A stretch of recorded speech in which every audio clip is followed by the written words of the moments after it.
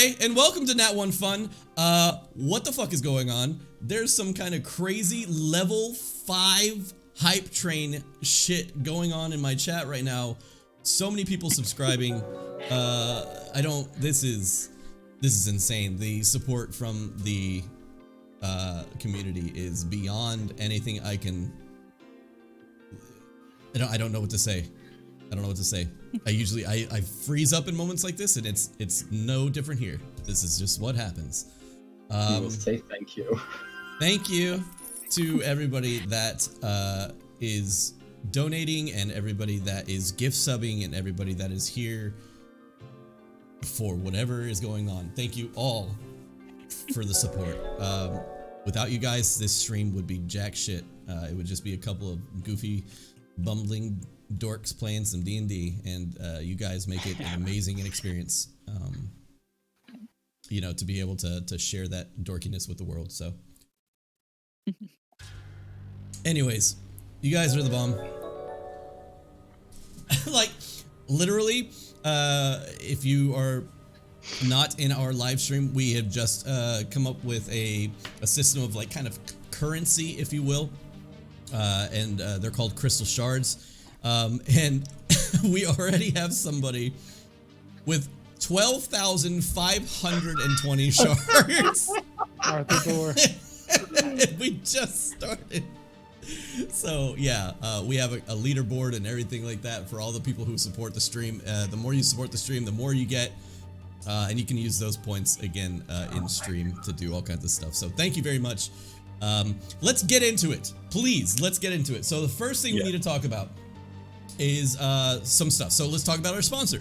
Sponsor, as always, is Dirt Cheap Dungeons. Dirt Cheap Dungeons, if you don't already know, probably most of you already know since you've been here before. Dirt Cheap Dungeons is a wonderful dungeon tile accessory kit that you can use on your table that is very cheap, but very durable and very usable, like right off the bat. You can just take it out of the box and throw it down on the table and get your dungeon ready to go. They use 30% recycled material in their stuff, so it's very environmentally friendly comparatively to the other die cast and or like resin and stuff like that, all that good stuff. It's also very DM friendly. It's very easy to tote around and take to your next game. Literally like 2 or 3 dungeons worth of tiles is taken up in boxes no bigger than this. Which is insane to say for a dungeon tile. If you are familiar with dungeon tiles, if you're gonna put it together a giant 2 dungeon setup, more than likely you're looking at a couple of bookshelves worth of dungeon tiles, and you can keep it in a small box like this. So go check them out. Very good company in terms of getting back to you and customer service and everything like that as well. So give them a look at. 2, dice. As always, we do dice giveaways every month. Last week, we gave away 2 sets of dice because of the support that we get from this stream. I'm almost out of breath because of all the shit that just happened. But I will say this, we've gotten so much support last session, even during the giveaway, that we decided to go ahead and do another giveaway this week. So today we're also doing a giveaway. This time, today's dice, I guess Ray, you can take it away to describe them a little bit. I don't know if you know exactly everything you need to know about them, but that'll give me time to find the picture at least. I don't think they are super new dice, but I found them at a little game store, and I had them in my sets to give away. Oh, let's make this better. But they are called Scrying Stone Dices. Come on. And they're like blue and gold mixed without, and it's just not going to be nice to me. It's all right. I'm almost there. I can almost throw it up on screen. There. That's better. Bam. There it is. So it's a very Mardi Gras style, like gold and purple set. It's like purple and gold and then there's a little bit of blue on the side that I didn't get a picture of. It's just a very fun, like the coloring is so pretty, and the ink is super basic, but whatever. It's a very fine set for those Yes. bardic paladins, if you're out there. I know you're out there somewhere. Anyways, that is the dice set that we will be giving away today during the break, so hopefully you stick around for that, and then we will go ahead and do that giveaway. Next month's dice set, though, again, as we had stated before in last session, next month's dice set is the dice set that you want to be subbed for. So if you don't have another sub for next month, or if you're looking for one, you know, don't be afraid to throw some fan art into our channel, into our Discord. We very happily give away free subs to people who support our stream. And there are also always different ways to get sub to the channel. So I'm telling you, be there or be square next month. Best dice set you will ever find to be given away for free on the internet. Just saying. All right. Am I missing? Cyberpunk. So, on the 13th, 2 weeks from today, ladies and gentlemen, 2 weeks, you can start counting down. We will be doing a Cyberpunk Red one-shot. Yeah, here we go. We will be doing a Cyberpunk Red one-shot. This is a little jumpstart kit, but anyways, you get the idea. And I have a lovely metal dice that I'll be using for the Cyberpunk Red shot or one shot as well. It's a big mamma jamma. It's one of the larger dire D20s from Die Hard Dice. Very cool. And we will be doing that on the 13th.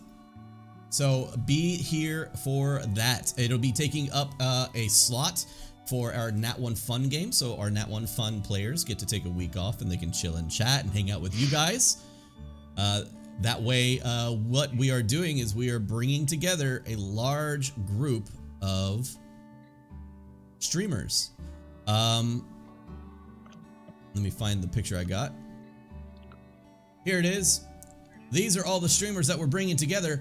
And actually, I'm going to update it tonight or tomorrow, one of the days, probably tomorrow. But I'm going to be updating that last possible mystery player. We did confirm that King Argaroth is able to play with us as a player. So we have some wonderful, wonderful players. Andrew's Elder Brain from Chasing Tales RPG. Nikki Nerds Out.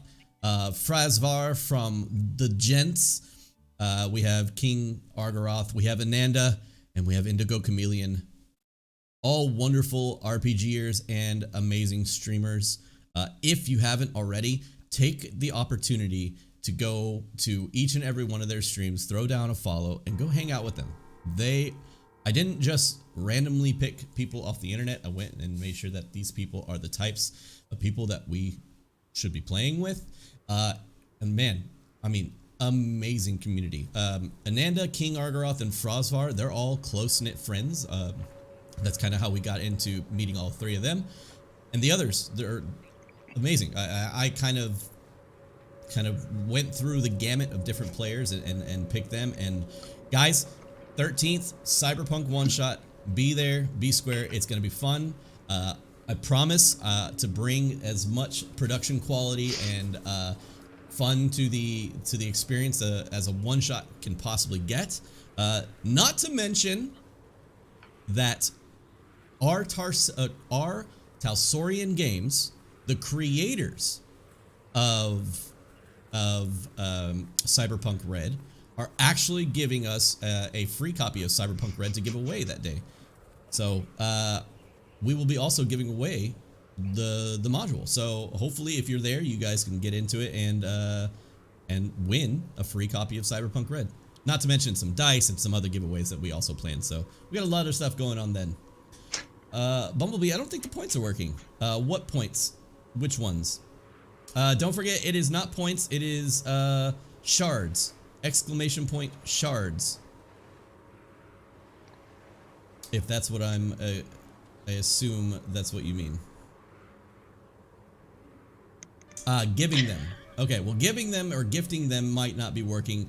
Again, this is literally the first time that we have implemented it into the stream. So yeah, that's a thing. Also, It worked for me. Lethal Sandwich is a wonderful, wonderfully fast typer. So I know it looks like spam, but it's literally what I have been saying, and it's been transcribed. So if you're having issues hearing me or anything like that, you can look in chat and see what Lethal has been typing out. Okay. So, are we ready to play? Are we actually ready to play this D&D game? Yes. You're gonna play D&D? I don't know. I've just been here to talk. I've been talking to stream the whole time. I thought that's what we were here to do. All right, then let's go ahead and roll that intro. Let's go ahead and roll the intro.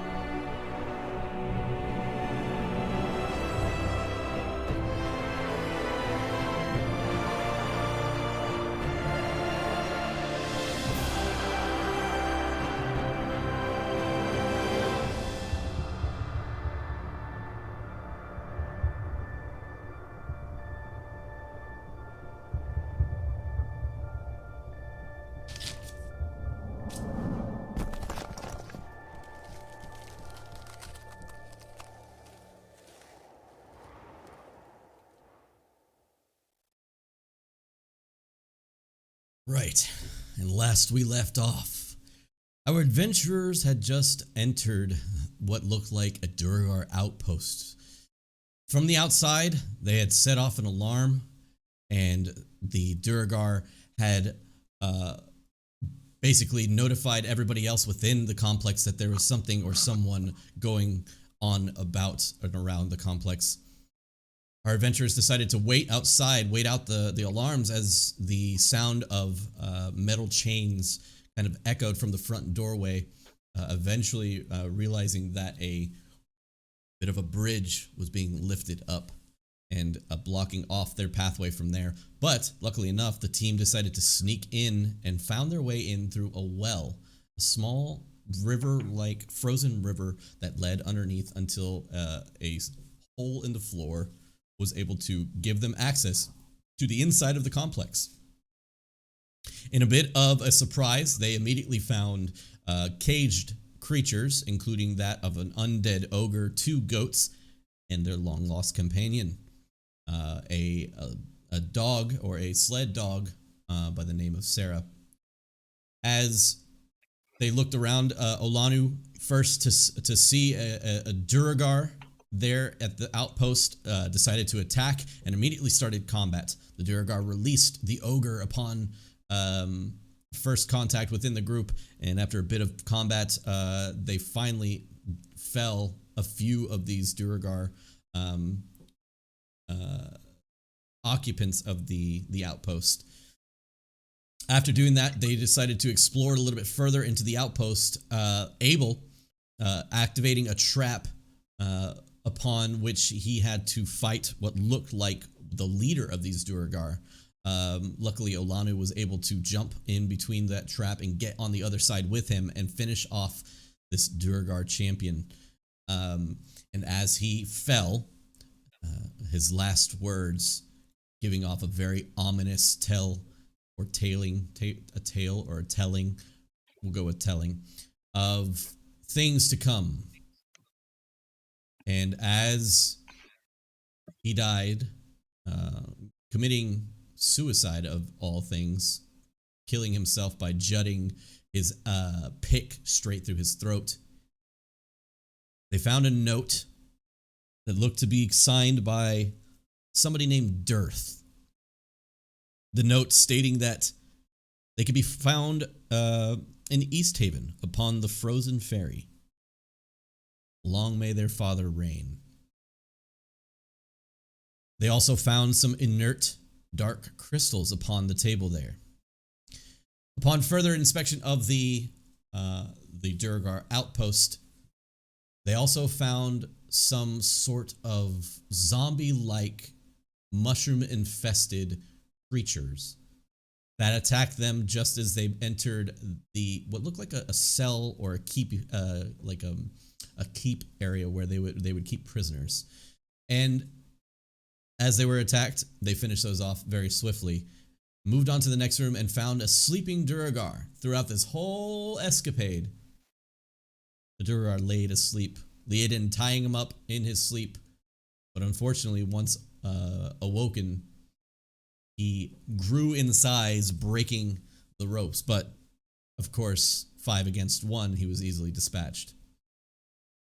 The team found a lot of the missing treasure that the Duragar had stolen from the Caer Konig township. Unfortunately, down one of the sled dogs that were stolen, but everything else seems to be retrieved, even taking some of the Duragar's armor and weapons along with them. At this point, we pick back up as Kinrava handles the dark crystals in her hands and realizes that there's some inert energy coming from these crystals. They've been mishandled or maybe not used to their full potential, but at this point seemingly innocuous and unimportant. And that's where we'll pick up today's session. And we will do so without setting off the stream intro this time. There. And now we pick it up.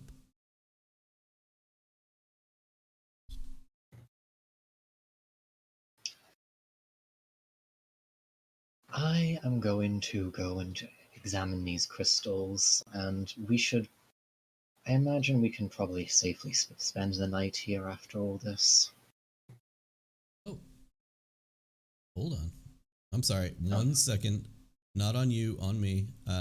The webcams are all missing. Oh no. Who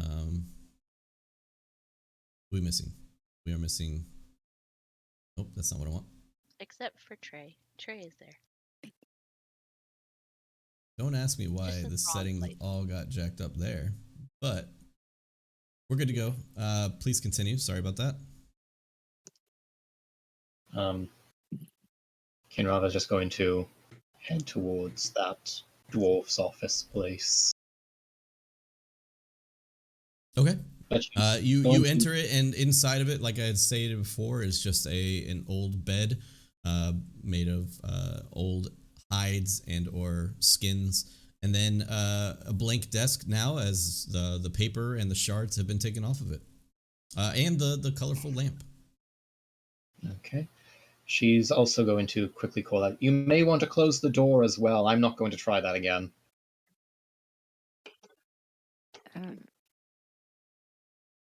Okay. Should we get the... Oh, and can you cut off 2 of the Durgar's heads for me, please? Especially the big You're guy. awfully needy.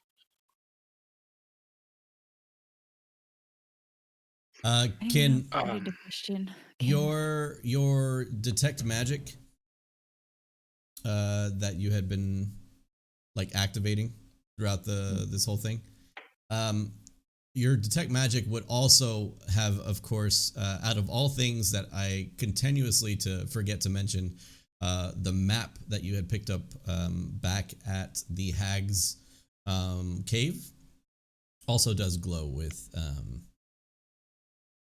magical energy. What type of magic is on it? Illusion magic. Okay then.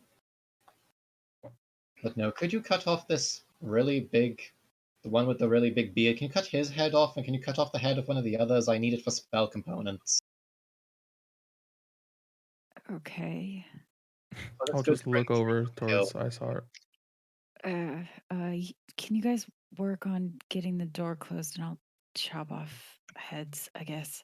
You gonna Or give should me a I hand, order Grimly? heads? Yeah, let's. Hold on. Hold Start on. hacking Hold that on. out. Hold on. What? Hey, Cuckoo. Are you around? Can you hear me? You can hear the tapping of like nails upon cold stone floor as he kind of is very curiously just like looking up in the air and looking around and looks over towards you, and you can see his like very fluorescent icy blue eyes kind of looking over at you. I just wanted to make sure you were inside before we close the door. Oh, we should move the corpses before we close the doors. Can we drop them down the well? Do we think it'd That's stop it a up? water source. What water? I mean, eventually, if we can get warmer weather eventually. Fine. Okay, I'll so go you ahead wanna and I call start- the dogs in too. move the bodies out, and you kind of like shuck them out the front door, and as the thing is up on a hill, they basically just like luge down until they Don't forget finally the heads. Got You your can come head. Of get course. your own heads. of course before throwing them down you very gruesomely chop their heads off. Yep, I don't watch that. Make And sure then- one of them was that dwarf that like tried to trap try to trap Abel. Just make sure it's that one of those is that guy. He seemed like the boss. Chopping off Yeah. all the heads. It's fine. You'll have your heads. Thank you. You're welcome. We really should make her do some of her own dirty work sometime. We're letting her get away with way too much. You know, if it helps us in the long run with her magic, that's fine. Yeah. Olanu is like Work it. mid chopping one of the dwarves' heads off as she says this. Jeez. All right, so you gather the pups inside. Of course, Cuckoo has been inside, and he's just very curiously looking around, sniffing, obviously looking for food. And Sarah has been without food for a day and is quite hungry. As you can tell, she's very whiny. And other than that, you guys, have you eaten for the day as well? You need to make sure that you eat at least before the end of the day. Other than that, you gather your stuff. Kinraba, you get your severed heads as they get flung into the room as they. Thank you. Go ahead and help Abel shut the door. Okay, yeah. It takes a little bit as like both of you like strain, but you're able to pull the thing, and finally you can see the wooden door click, click, click, click, click, click, click, click.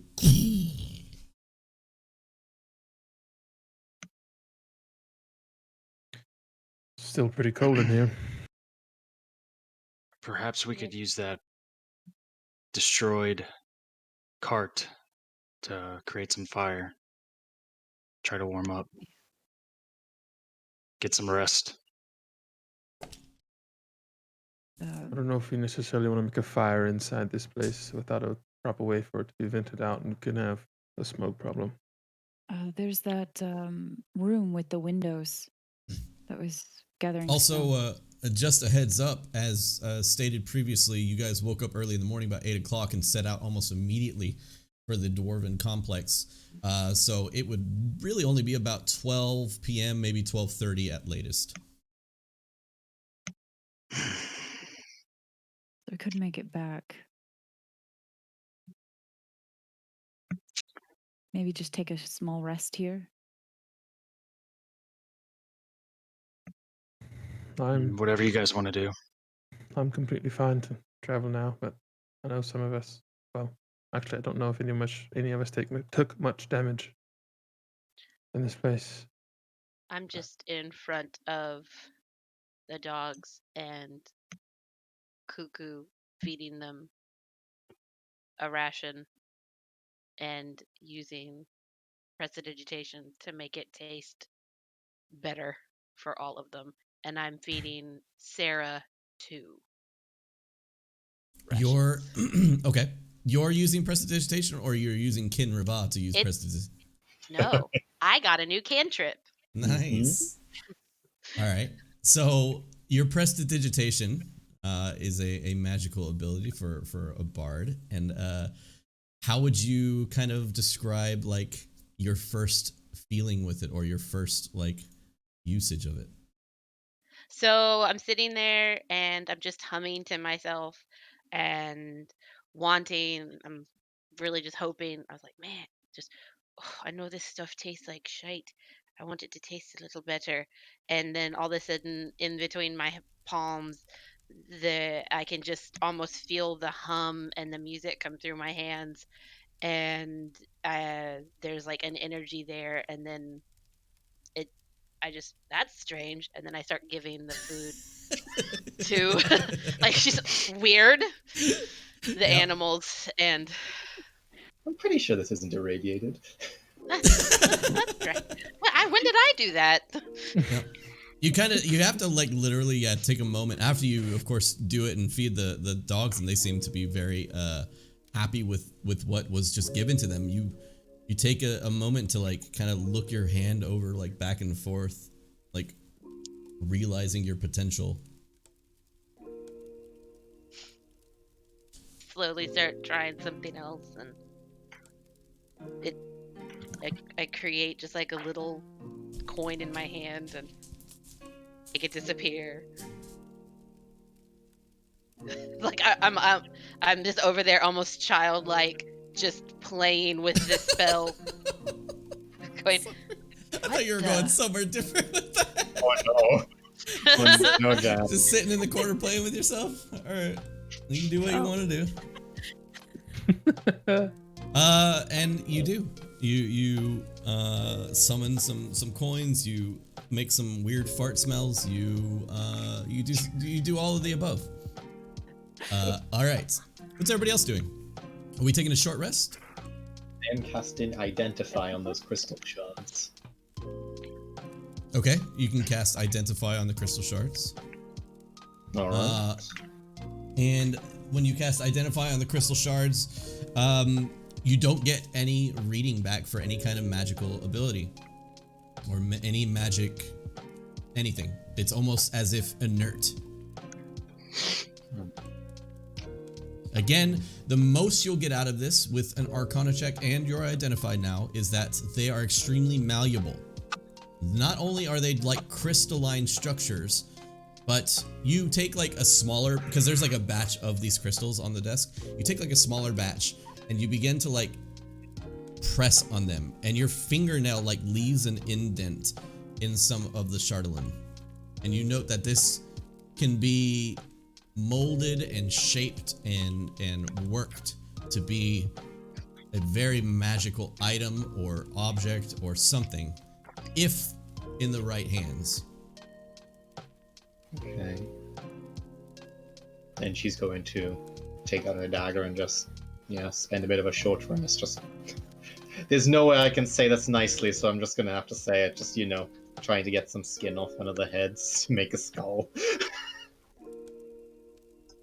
Well, we'll leave it to everybody's imagination. Kin Rava shears this thing until it's a skull.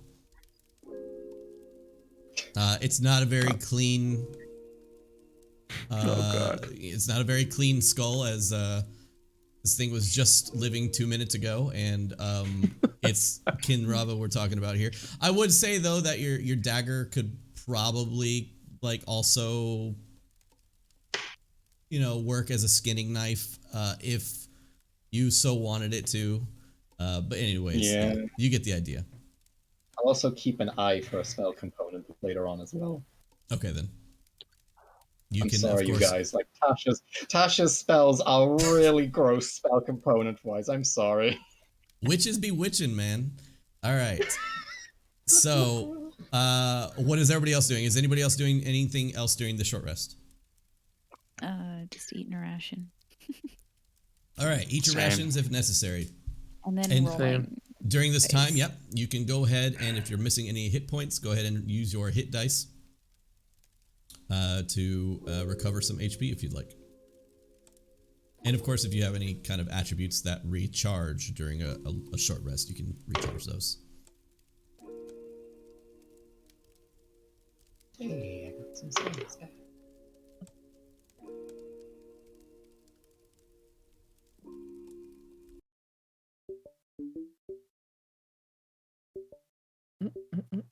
All right, so as you guys finish your short rest, an hour has passed.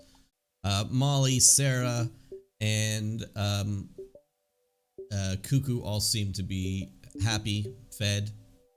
Sarah and Molly, of course, very happy to be back together. The rest of the crew. Kinraba has gathered some this horrible spell materials, but everybody else, is there anything else you'd like to do before? Are you leaving? Are you staying? What are you guys doing?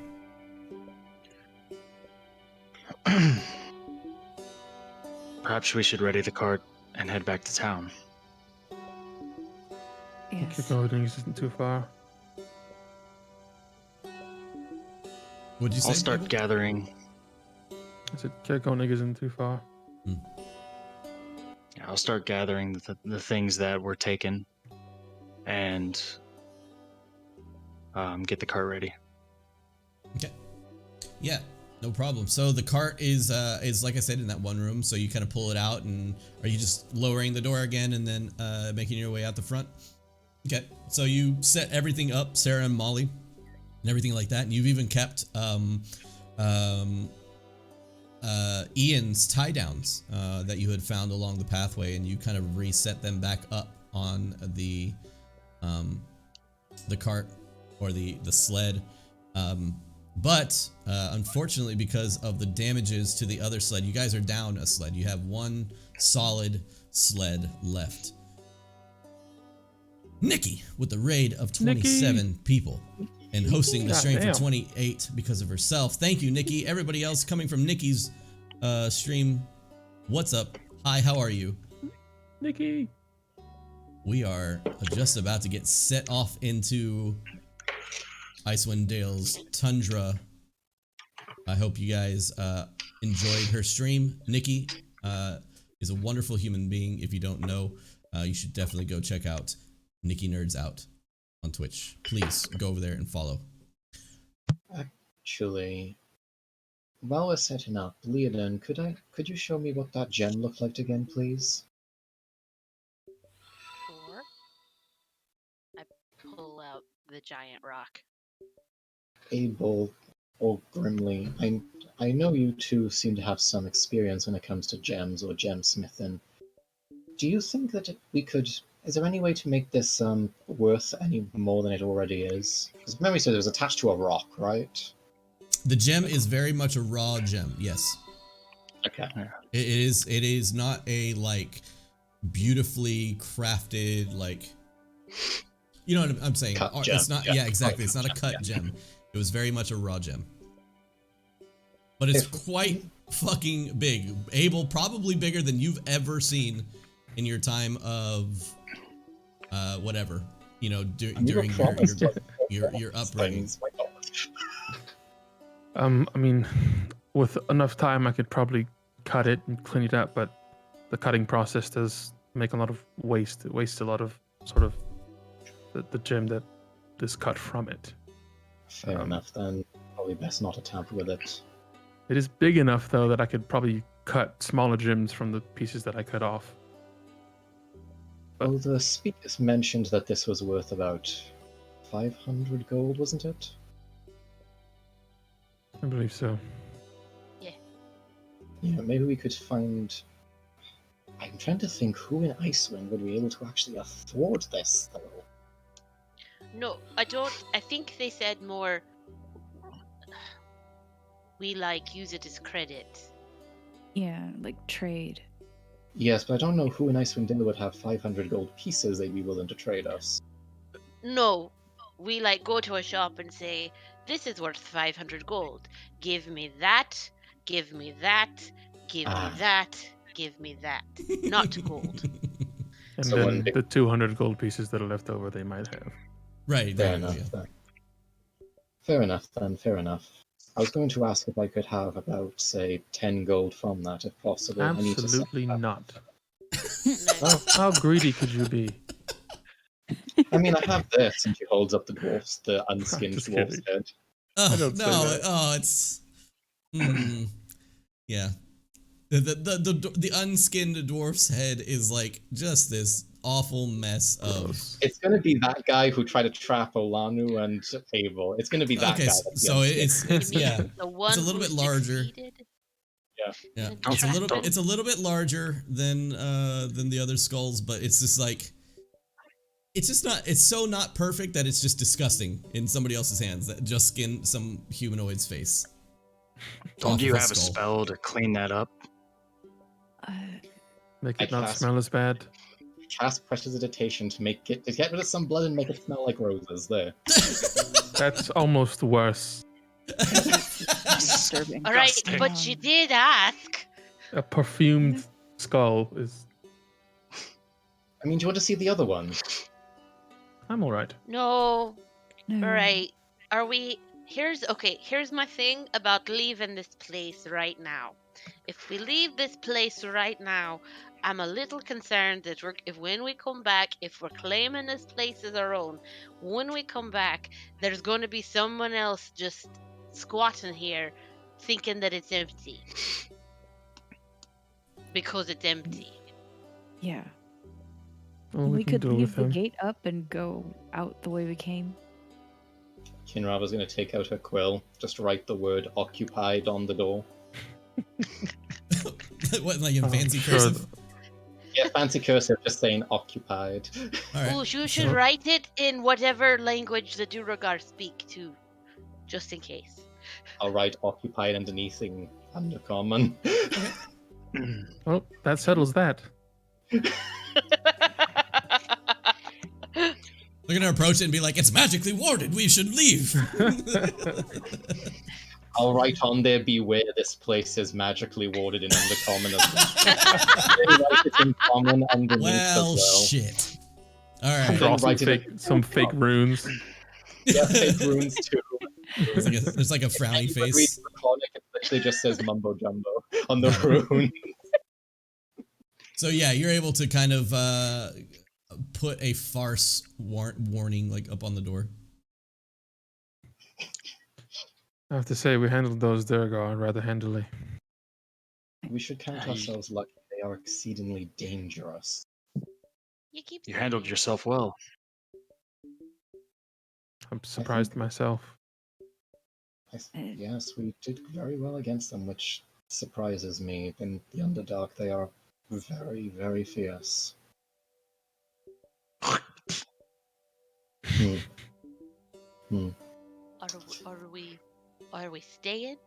Are we going? I think we're Is it going. getting boring? All right. If we can make it back to Caer Konig before nightfall, then we can take a rest there. I think we also need to have that discussion that Iceheart mentioned a while ago. What's that? Yesterday. The discussion about like what our motivations are and all that Ah. stuff. Yes. That's definitely a conversation we should have. Let's get to move on. All right. Look, it's too dark. So Also, you that armor guys, looks ve- good. that armor looks very nice on you, Grimly.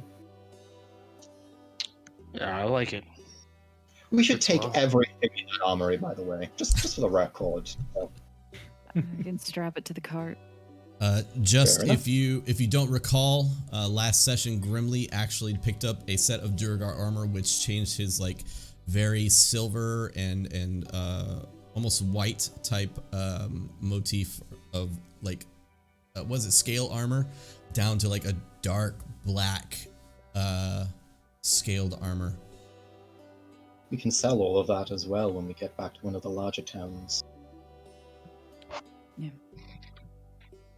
All right, so now that you guys have decided to take off finally from the Duragar stronghold, you can gather all your materials onto the sled and Sarah and Molly and everything, and start making your way southeast back towards Caer Konig.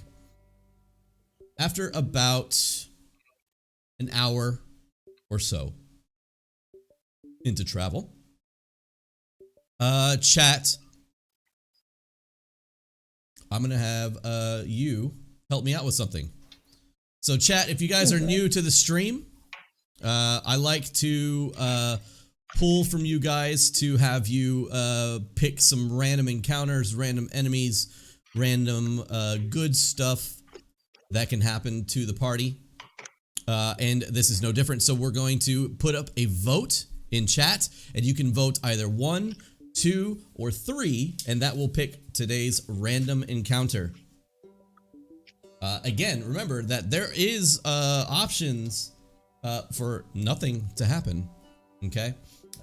But, you know, it's always fun if there's something. But anyways, let's, I've pre-written these down so that you guys can vote, and it is extremely random. It's not pre-generated or anything. So it'll be up in chat. You can vote either 1, 2, or 3, and the poll is going up now. So look in chat. There should be a little thing that you can bring down that says random encounter.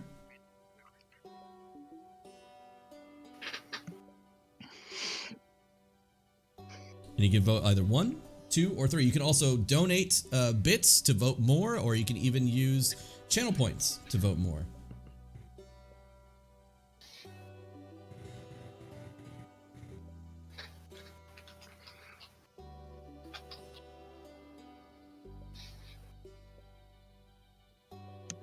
All right, how we looking?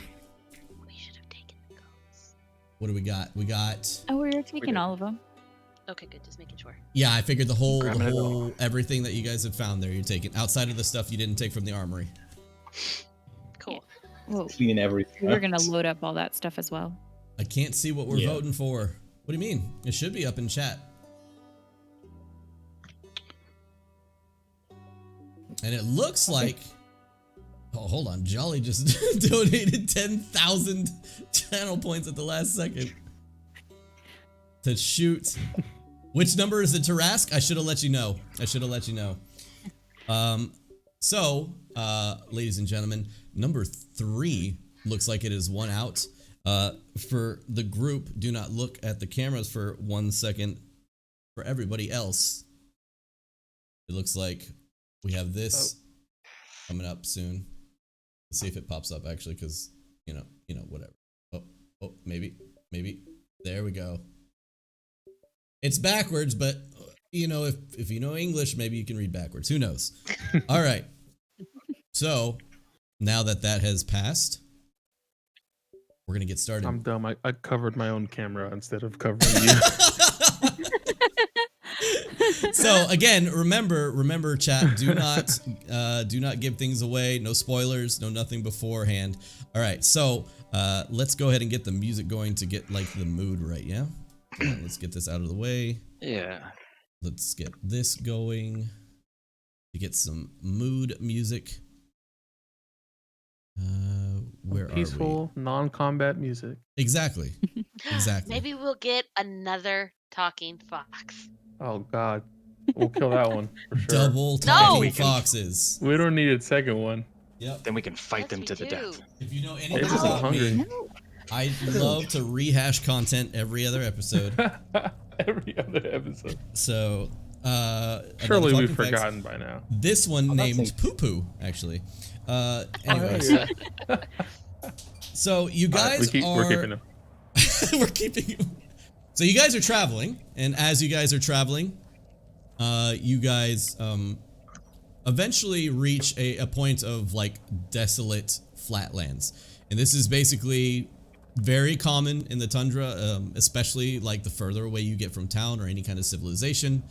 It is as desolate as it gets. 1 or 2, maybe 3 at most sparse trees or bushes kind of barely peeking up through the deep snow. The trail that you guys are taking is not a very traveled trail. It is very much a deep snow, like up to your knees, up to your waist, Grimly type of snow. And everybody, as you guys are going on, you feel the weather is getting more and more and more and more difficult. It is starting to come down hard upon you until suddenly the winds are blowing at an expedient pace, like past you and blowing your hair sideways. And you can, like, it's hard to kind of like push through the snow until suddenly you can only see but no more than 5 to 10 feet in front of you. You can barely see the lead that makes its way to Sarah and Molly. You see the lead kind of like jumping up and down in before it kind of disappears into the fog and into the snow, kind of annotating that Sarah and Molly are still going. But it seems that Sarah and Molly begin to slow themselves until finally it comes to a stop. And the blizzard around you is almost too hard to progress. So at this point, a hard blizzard has hit. And I'm gonna need a few things. Go ahead, Ken. Someone grab some rope and throw it between us. We can hold on to it, We should probably tie ourselves to it. if possible. I don't know if the dogs can pull through this. Yeah, we may need to hunker down for a while, see if we can find something nearby to help. You guys are like having to scream everything that you're saying, basically, because the amount of wind that is like basically pummeling your eardrums. At this point, Olanu, roll me 2d4, please. 2d4. I don't know how I want to. They're D4s. Oh, I see. Double ones. Double ones! Oh, that's the worst. I see how it is. Dan asking Ali to roll outside of combat. I see what you're saying. I see you. I should have I see thought you. of that. Double ones. That's 11 creatures, right?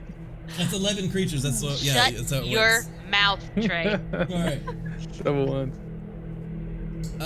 You can tell that this is extremely difficult terrain. Yes, it's very much so where you guys are digging through the snow. Every step you take is harder to take than the next. Everybody's cowl is up, everybody's top or everybody's hood is up, basically to the point where all you can see are the eyes of the other characters in front of you. Are you going to continue walking onward through this blizzard? Are you going to try and find your way to Kaer Konig through it? Are you stopping? Are you trying to find cover? What are you doing during this blizzard? Well, firstly, Abel will shout out to Leoden. Leoden, can you still Yeah? make light on objects? Yeah. I'll pull out Kaylee's beacon of hope. I'll say, if you cast light on this, it can help guide us through this blizzard. All right. I make my way over to Abel and I cast light on part of the necklace, if I remember it, what it was. It's just a gem. It's like an open gem, Oh, basically. okay, cool. You cast light on the gem, and normally when you cast light, it's just kind of like a very soft glow that kind of starts from the center and kind of emanates out until it's almost like a torchlight, very, very much like more dim than a torchlight, essentially. But you do find that as soon as you cast it on this, that small bit of torchlight that you usually get almost gleams from the inside and then suddenly like shoots off in like beams of prism light, kind of shooting off in different directions. And it kind of like makes you kind of like stumble back for a second as it like shoots out in all directions. But one of those directions seems very, very bright. I This guess thing it's that points way? north. Oh, all right. So we'll have to use this as a guide to go southeast. Unless we want to bunker down, but this will help us guide the way. If we keep going, we're gonna have to be very careful not to exhaust the dogs and ourselves. Maybe you and I can pull the cart and put the dogs in. Yeah. I don't think they can push through this. No. Can y'all push through this? No offense, Can but try. this is a lot. At the very least, Oh. let's try and tie rope to each other so that we don't lose each other in the storm. Yes. And just stick close together. If anyone is winded or tired, we need to stop. Agreed. Leodin, Abel, Kin, and Grimly, you guys are cold to the bone at this point. It is blowing so hard that no matter what you do, it feels like you always have a gust of wind kind of entering in through your open portals in your clothing, your arms, your face, even your legs, having like some snow come up through the bottom portions of your shoes, of your snowshoes. It just feels like it's a biting cold. And Olanu, it's really windy. It's hard to see out, but other than that, you seem okay. So for this, I need who is going to be leading us. I assume Abel with the magical item. I'll go I'll be with the cart. second Okay. because I also have pretty good perception. Okay. Abel, Leodin, Olanu with the cart. I'm Grim, with Kin? Alanu. Okay, so back with I'm- the cart. I'm staying with them as well, just making sure we have rope with us. Okay. So we So- can like feed the rope between us to hold on to it to know where we are. So is that what you're doing? You're basically kind Yeah. of you have Yeah. rope between each one of you. Yeah. I need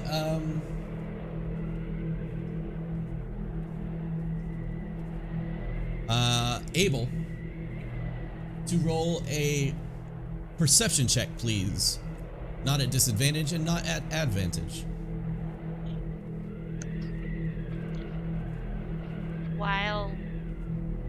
Before we get moving, I'm going to cast prestidigitation on the fingers, like on everyone's on gloves for Grimly and Abel and myself, assuming Kinraza can do it on her own self. Yeah. I can cast that 3 simultaneous times, just to give it a little bit of warmth in Yeah. the fingers. I mean, prestidigitation does definitely give you a bit of warmth for that 6 seconds, but afterwards, it immediately it lasts diminishes. An hour. To It lasts an hour prestidigitation for lasts warmth. an hour for one Mhm. person. So you can cast it on one person for an hour, and then you cast it on somebody else, and it goes away. No, Or all is 3 it- effects last an hour. All three So three. casts last an hour. So there's Yeah. 3. Mhm. Okay, I know there was a maximum. I couldn't remember if it was Yeah. you use the same one over and over, or you can do it 3 times no matter what. Okay, so 3 people. Your fingers feel a little bit warm, but other than that, your bodies are frozen, or not frozen, but you're very cold. We're frozen solid. Yeah, you're actually icicles, but your fingers are fine. Yeah, that's the end of the session, guys. Hey, is my breath still frost? No, I'm just kidding. Oddly enough, It was- Leodin, this is the only time your breath is not frost. No. It Oh, was a 16 for the That's perception. weird. 16 for the perception. Okay. So with the 16 for perception, as you make your way through this, you guys are pushing through this blizzard. And you believe you're going in the right way, the right direction, from using the crystal, the dogs kind of pulling, or I'm sorry, Lanu helping pull. The dogs, are they just kind of walking beside you guys at this point then? They're just on the- chilling on the. They're chilling on the Put them cart up on the itself. cart. Okay, so you guys put them up on the cart and you guys pull along. You basically are almost at like a 45-degree angle as you guys are like pushing through the wind and the snow, pushing back on your bodies. I need everybody but Olanu to roll me a Constitution save, please. my Including the specialty. pups. So if Olanu and Abel, if you can roll for Sarah and Molly, and Leodin, if you can roll for Cuckoo, please. Yay! Okay. Ooh. These are all Constitution saves. So I rolled a 4. Oh, Oh and then for no. one of the dogs, I rolled a natural 19. okay. I rolled Well, 15 for the dogs as well. 19 for the. Okay, the dogs are fine. This is old hat to them. Cuckoo rolled a 13 and I rolled a 16. You can roll with advantage on Cuckoo. I'm sorry. Oh, well, Ken, cool. what'd you say? I rolled a 14. 14. And Grim? 21. Damn! He is gonna keep that 13 because if he doesn't, he rolled a natural 1. Okay, excellent. Hey, we're off to a good start. So, the cold, Olanu is not, of course, affecting you. You see the pups; they're used to this cold, and Cuckoo himself, he's pretty used to this cold too. It's not terrible, but you can see him kind of like ducking his head down as he usually finds himself a good hole to hide in during this time. But at this point, kind of moving along with you guys, he's just making his way. Now, Abel, as you're pushing through this is exceedingly harsh. The cold beats down on your open face, like where your like the top of your nose and like your eyes are showing, and you're like having to squint your eyes so that the snow doesn't like enter into your eyeballs, and you begin to feel like the frost is like taking over even like your tear ducts, and it's like pushing the tears back but frosting along your face. And you feel that every step is harder than the next. Go ahead and take 1 point of exhaustion, please. All right.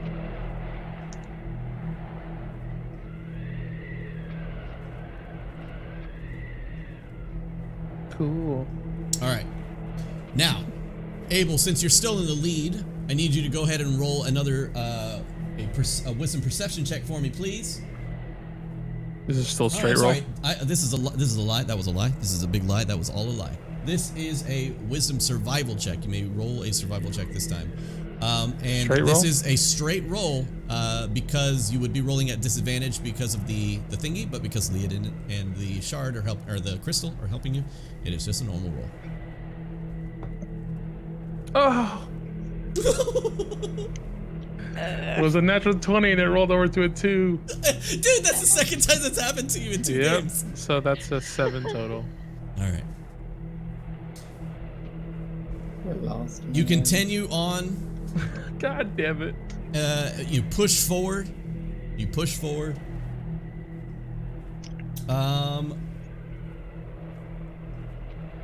Let's see. You guys are all tied together, so you're not necessarily worried about one individual, like, disappearing from the group. But the whole But- group disappearing. After about 2 hours of walking in the snow, walking through this blizzard, finally, the winds start to pick up. Abel, Grimly, Kin, Leodin, I need you to roll another Constitution save. Roll at disadvantage, Abel, and I need Olanu to roll for the pups. Both. Yeah, go ahead and roll for both pups, and then Leodin, you can roll for Cuckoo. Is he still at advantage? 14 and 18. 14, 18 for the pups. Mhm. Abel, what you got? I rolled a natural 2 and then a natural 1. Oh, Guys, Abel's gonna die. He's gonna lose our first team member, and I'm very upset about it. Grimly, what do you got? 17. Very nice. Kin? Was that a 2 or a 3? 3. Excellent. Leodin 19, and Cuckoo Okay. got a 9. and Cuckoo got a 9 with advantage. Okay. Yep. So, Abel, as the winds die down, everybody else, you can see now the effects of like standing out in front of everybody with this crystal laid out in front of him, trying to follow along and everything like that. He took a little bit less care of himself during this, and more along the lines of trying to make sure that everybody else is okay. And during that time, you look at Abel now, and you can see frost has covered most of his face, like along his eyes. His eyebrows and his eyelashes are covered in frost themselves. Abel, take another point of exhaustion, please. Kinrava, the cold is the one thing that beats you down here in Icewind Dale. And for the first time in a long time, being stuck out here in a blizzard with nothing more than your winter clothes, you feel it begin to take effect. And even though it might not show, you still feel that your muscles are not working like they normally would. I need you to take a point of exhaustion, please. Alright. Grimly, you are standing fine. Leodin, you are also standing fine. Cuckoo, you notice, is beginning to shiver. He kind of sits down, and when he sits, he just kind of sits there and like doesn't move and shivers for a moment and kind of looks around. He is also at 1 point of exhaustion. But Let's leave the Durgar fortress, we said. We can make it to Caer Konig, we said. No. No. We all didn't see it. the frustration sets in as the exhaustion sets in, and you finally pull through a little bit of this blizzard. The blizzard sets down. It has snowed for the past 2 hours harshly, and even though you guys were walking, you could almost, as if like in real time, could nearly see the snow deepening as you walked. So you note about 3 or 4 inches of brand new snow directly in front of you as you walk. Just completely powdered snow. I thought you were going to say it's like we just see the top of Grimly's head. Yeah, you just see the top of Grimly's head. Grimly, he lives here. He lives here. He knows the necessary procedures and everything that he needs to do. Not to mention, you guys have snowshoes, so it's mostly taken care of by that. But I will say that as you guys are walking, you see in front of you, directly in front of you, a large grouping of about 4 or 5 what look like ice or frozen flowers. They look like if there was a group of flowers here and then suddenly a blizzard came by and froze them solid. That's kind of what they look like. But they're very almost like crystalline in structure.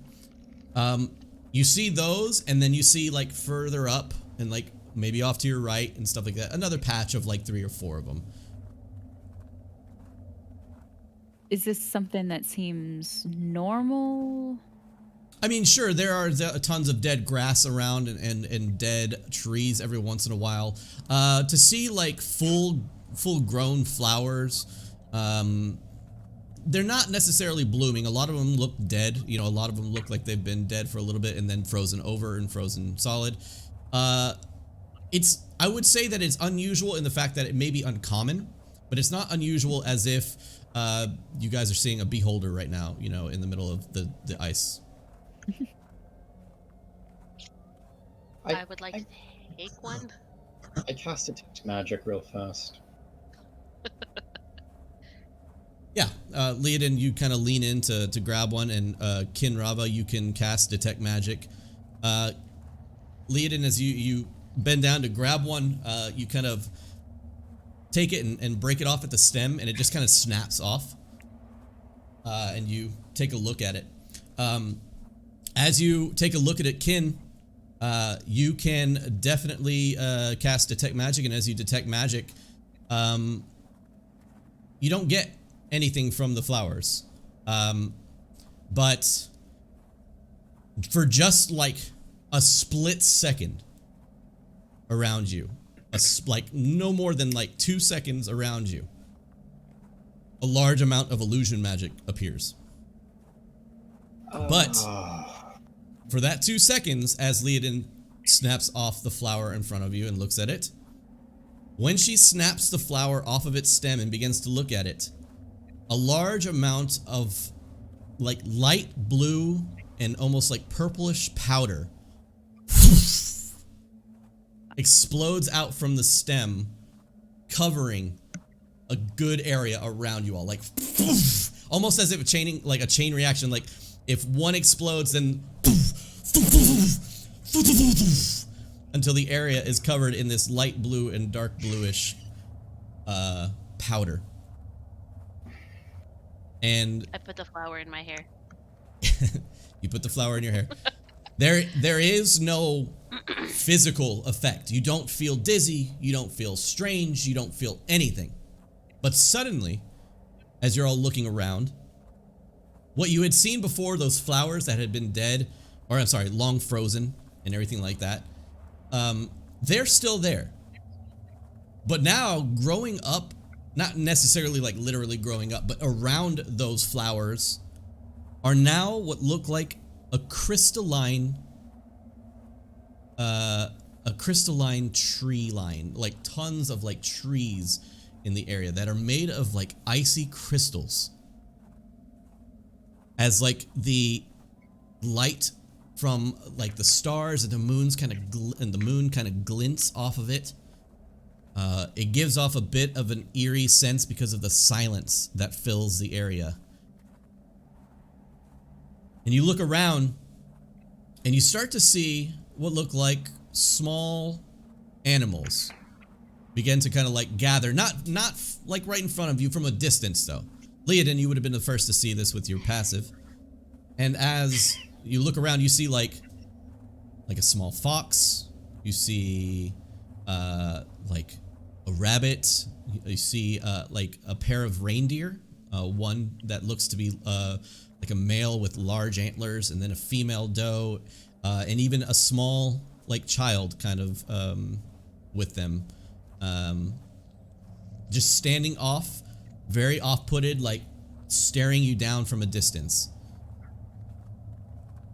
But the main thing that really catches your attention as you all kind of stand here in this newly formed area in front of you is a large, like, okay, so you see the trees, but there's jutting crystals coming out from the ground, some ice crystals that are jutting out from the ground, and I mean giant, almost to the size of like large boulders, coming up out of the ground and shooting out in front of you at like a 45, maybe even 30-degree angle.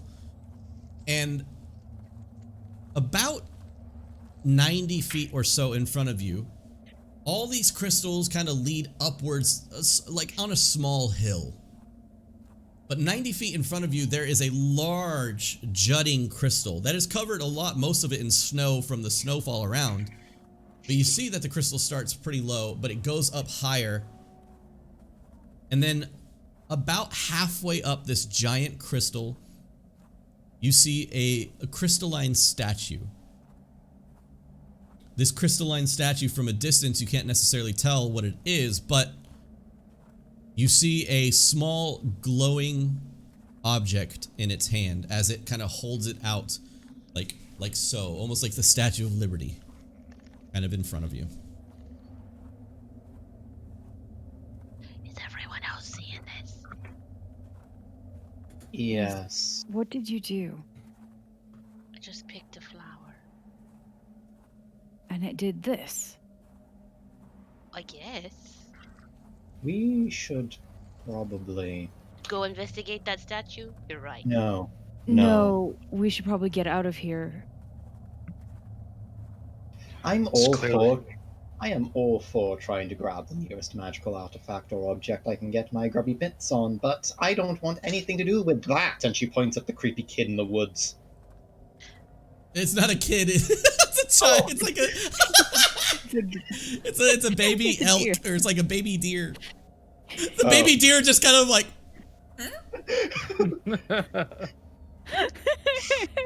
Look, if there's anything that forms in groups and stares at you, it's not going to be a fairy tale that ends well.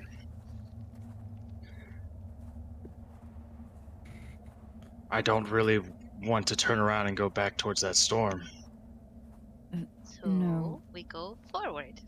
Cuckoo kind of peeks up at this point as Cuckoo kind of like lifts his head and starts looking around and says, "Where are we?" Someplace that just appeared. And Hey, he kind of Abel. looks over and he says, "Rabbit." And he kind of like gets down low. Maybe we should let him.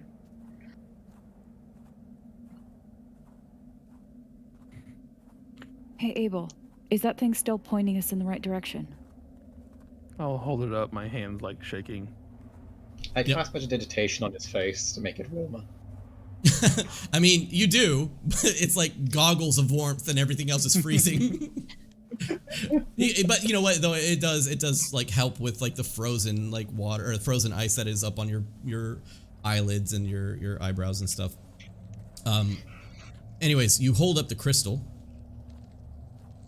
And at this point the crystal is, I wouldn't say that it's like strobe lighting, like, you know what I mean, like it's not like shining in different directions or whatever, but for the most part it's hard to discern what is the brightest light now. Like you see the light coming from it, but it's going off in different directions. We should leave. By Can we going light it up again? I'll hold it out to Leighton. to cast light on it again. It's the same effect. I mean, the light was still on it. It was? Alright.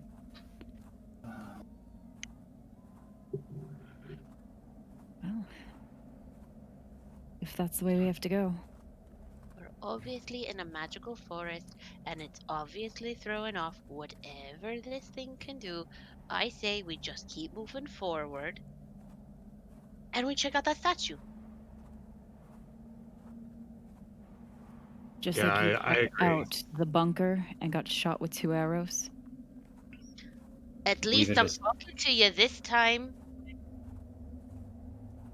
If looks could kill right now, if looks could kill, I need, well, hold on. What is your passive, Leodin? 21.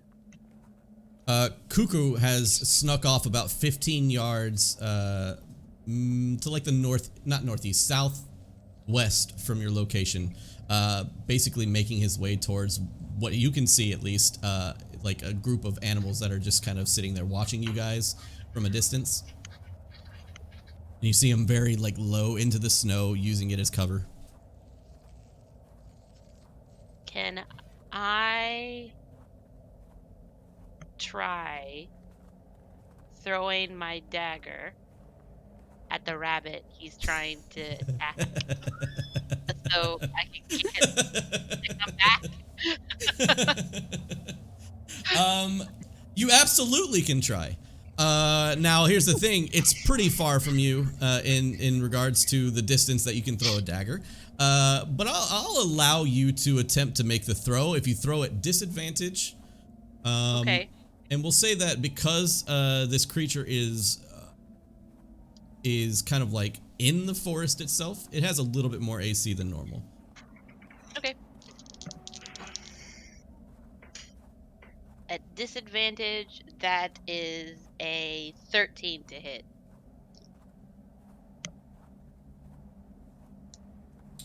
Give me a second. Because he didn't expect me to try and hit her Digital rabbit. I know. monsters. No, I just need to, because I have like a regular rabbit, but I'm wondering if there's a difference between a regular rabbit and like a winter rabbit, and I think there is. Like a hare.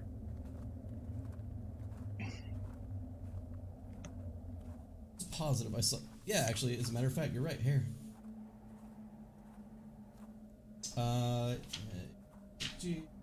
Here. What'd you say the throw was? 13. A Okay. disadvantage. So as The you are, so as you are like kind of seeing that Cuckoo has started to make his way ever so closer to this group of animals, Leodin kind of takes her dagger, like flips it in her hand, looks off into the distance, and chucks the dagger. And the dagger looks like it's right on point until it's like right on point, and there's a tree branch right in the way, and it smacks into the tree branch and kind of like drops almost immediately into the snow below it. And the hare gets scared and begins to run away. And you immediately see Cuckoo react and start running even faster at it. And now Cuckoo and this hare are in a gallant chase. They are immediately kind of like taking angles, like sharp, you just following the hare everywhere it goes. It goes super fast this way, and it takes a sharp angle, 45-degree angle to the left, and Cuckoo takes that same sharp 45-degree angle, and they are just, they're in a sprint at this point. Are any of the other animals reacting at all? A couple of them were unsettled by the dagger to begin with, but seeing that Cuckoo is chasing the rabbit, they just kind of began to trot a little bit into a safer position to watch you guys from a distance. I wonder if the tundra was the illusion. Should we at least try and get through here as quickly as possible? Can I go and see if I can find my dagger? Yeah.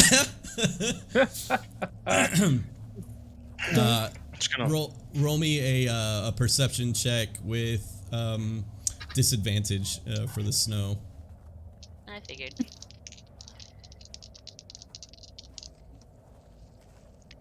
Okay, no one's gonna believe this. They're 2 12s. So that's an 18. Either way. Yeah, I mean, without too much issue, you see the tree that you hit, no problem, but it takes you a few minutes to kind of like look around and like dig through the snow until finally you like graze your hand against the hilt of your dagger that had dropped about a foot into the snow. Cool. What do you guys do? Let's just push forward, please. I need to get into somewhere warm. Look at a statue. I'm just gonna look at Alanu and grab the reins and start pulling. Okay. Aladdin is going to actually walk over to Abel. If you need me to carry you, I can. I'll look it up at her. You should know that I'm moving at half speed with my second level of exhaustion. I mean, I could just sit in the cart, in the wagon. And the dogs will help keep you warm. I'll sort of hold up the beacon, say, "Do you want this?" Yes, I'll take it.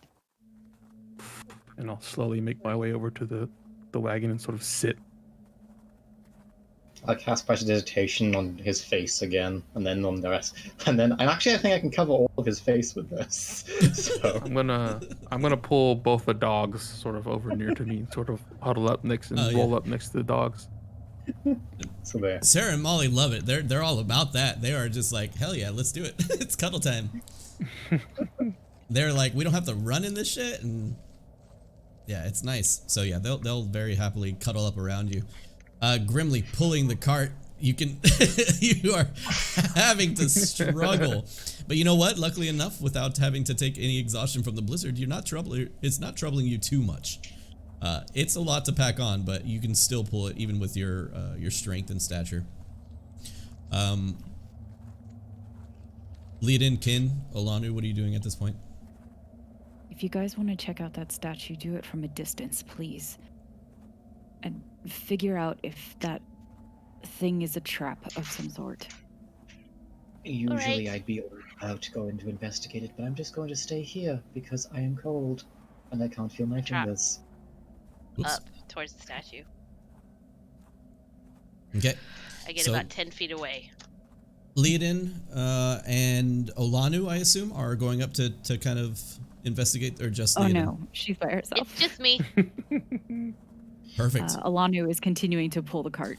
Yeah, the absolutely. Bye, direction. Leodin. Bye, Leodin. All Bye right. forever. So, Leodin, she just turns around and waves to you guys. Realm. Everyone up to the statue. See you later, guys. All right. She just turns the ice.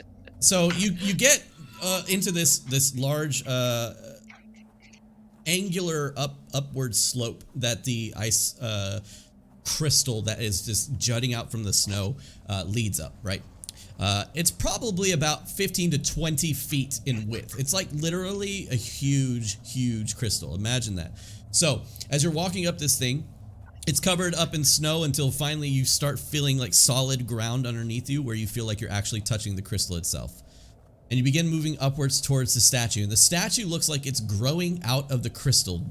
It doesn't seem like there's any base or anything like that to the statue itself. And you look and you can see the statue is like see-through, it's crystalline in structure, and you can see that it is a female elf, elven woman dressed in like very not necessarily elegant robes, but more along the lines of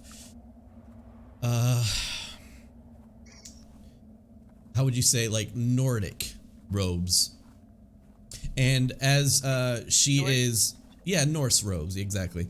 And she is holding in her hand what looks to be a very elegantly carved, like wooden stick in her hand. And at the very tip of this wooden stick, a light glows around it. And it's very familiar to the light that you had just cast on the crystal and the light that you've casted before. It's almost the same kind of brightness as that type of light.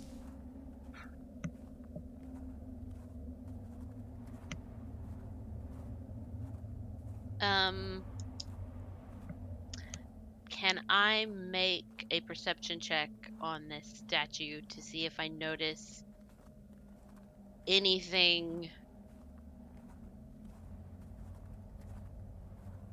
interesting, cool, whatever, other than what you've just mentioned? Yeah, about it? absolutely.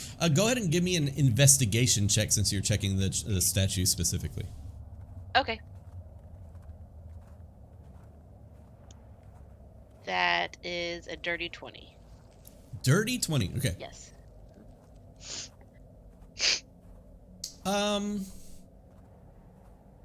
Leodin, you would note that this elven figure, the face is very regal. It is a young woman.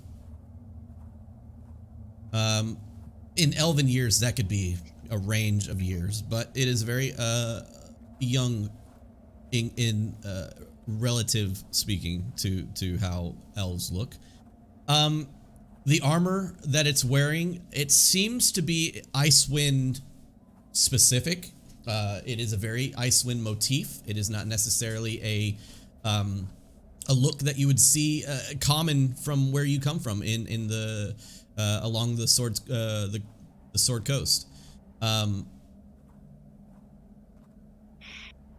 Other than that, the main kind of like specific thing that you would kind of entail is that the wand is not necessarily like just like being like held necessarily by this thing. It's almost like embedded in the ice within its hand. You know what I mean? So like 2 or 3 inches of it are actually within the ice that it is holding, you know, this item in its hand.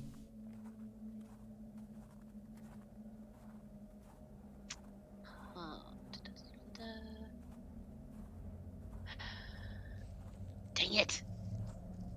Sorry. I had to check something and I forgot something about my person. Does it look like the stick is, even though it's embedded in the ice, something that I could possibly get off of the statue, or you could probably just force it out if you pulled hard enough, you could probably, because the way the base of the stick is, it's not undercut, so you could like maybe wiggle it out and then like pry it. But with that investigation check, you could definitely say that, yeah, you could probably pry it out with a good strength check or something like that. Or you could like just smash the ice in general. Like, it's just, I mean, it's ice. It's not crystal. You can tell the difference because of what you're standing on versus the statue. So there are definitely like you could take the barbaric like approach and just smash the shit out of it. Or you could probably finesse the thing out of its grip if you are careful enough. I guess you could say. I want to try and finesse it out. Okay. Not like anything extensive. If I can't get it out in like a try, I'm gonna go rejoin. Sure. My friends. Okay. So the object is pretty embedded into this statue, and the statue itself is probably about 3 meters high. It's almost 10 feet tall. It takes just like a little bit of like kind of climbing up on like its base and then like reaching over towards its hand to grab the thing. Roll me a sleight of hand check. Okay. I don't ever get to do those in this campaign. The little rogue heart is so happy. That is a 17. 17 total? Yes. Okay. So you begin to wiggle the object from its hand. And the object doesn't like flicker, it doesn't go out, nothing happens with the object, and as you're kind of squeegeeing it out, like it's giving like 1 centimeter at a time, just like, and kind of just pulling up very slowly. You get it up about halfway, and the hand that it is being held with currently cracks like halfway down it. I want to keep going. Okay, go ahead and roll me another sleight of hand check.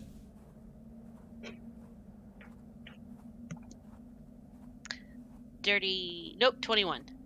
Okay. Yeah.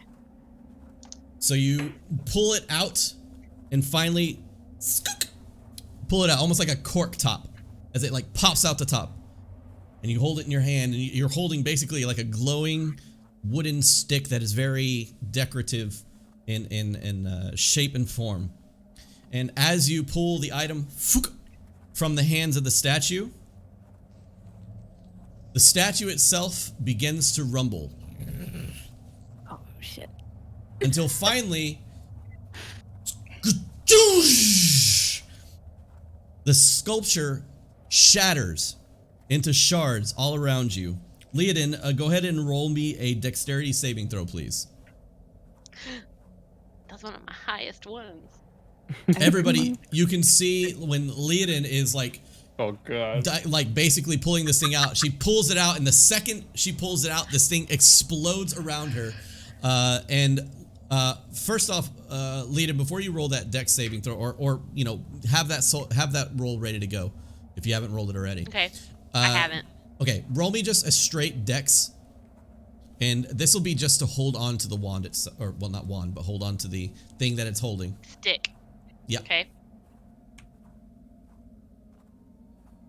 16. Okay, so you keep hold of it as you explode off of it. So go ahead and roll me that dexterity saving throw. 19. 19. Yeah. Okay. So with that, Leodin, you kind of get blown off the side of this, but because you kind of gave it a thorough investigation beforehand, and you were able to kind of depict that you wanted to do this very carefully versus brunt and brute force. It explodes, but as like the second before it explodes, you see the crack lines form within the statue itself. You can see like as it starts to shatter. And instead of just kind of getting blown away by that, you immediately take the initiative to turn the opposite direction and jump outward from your location, keeping the wand in your hand. And the shards, boo! It explodes, and you can see the shards land over your head in an arc into the snow as they poke a few inches out of the snow in front of you. Grimly, did you have something? Is she above us? Yeah, she's above you at like a 30-degree angle, probably like 90 or, well, did you guys said you stayed back, yeah? We'll say that you guys are about 60 feet back because you kind of moved up with her. I'm just gonna take off in a sprint towards her after watching that. Okay. You take off in a sprint, and at this point, Leodin, you kind of like look up as your face is like covered in snow from like face planting in the snow in front of you. You look up and you can see Grimly starting to sprint after you, noting, of course, something crazy or bad has just happened or something is about to go down. Grimly, as you're running up on her, behind where the statue was, you can see the edge of where the crystal ends at that like large precipice, like upwards. And Grimly and Leodin, you would hear also, but Grimly, you can see the sound of like hooves as they clunk against like the crystal itself. And coming up over the side of the crystal, kind of buried against like, not buried, but kind of a couple crystals that are emerging out of the side of this larger crystal, you see a large mountain ram kind of come up behind where the statue was. The ram kind of approaches Leodin from behind, slowly, as it just kind of walks up.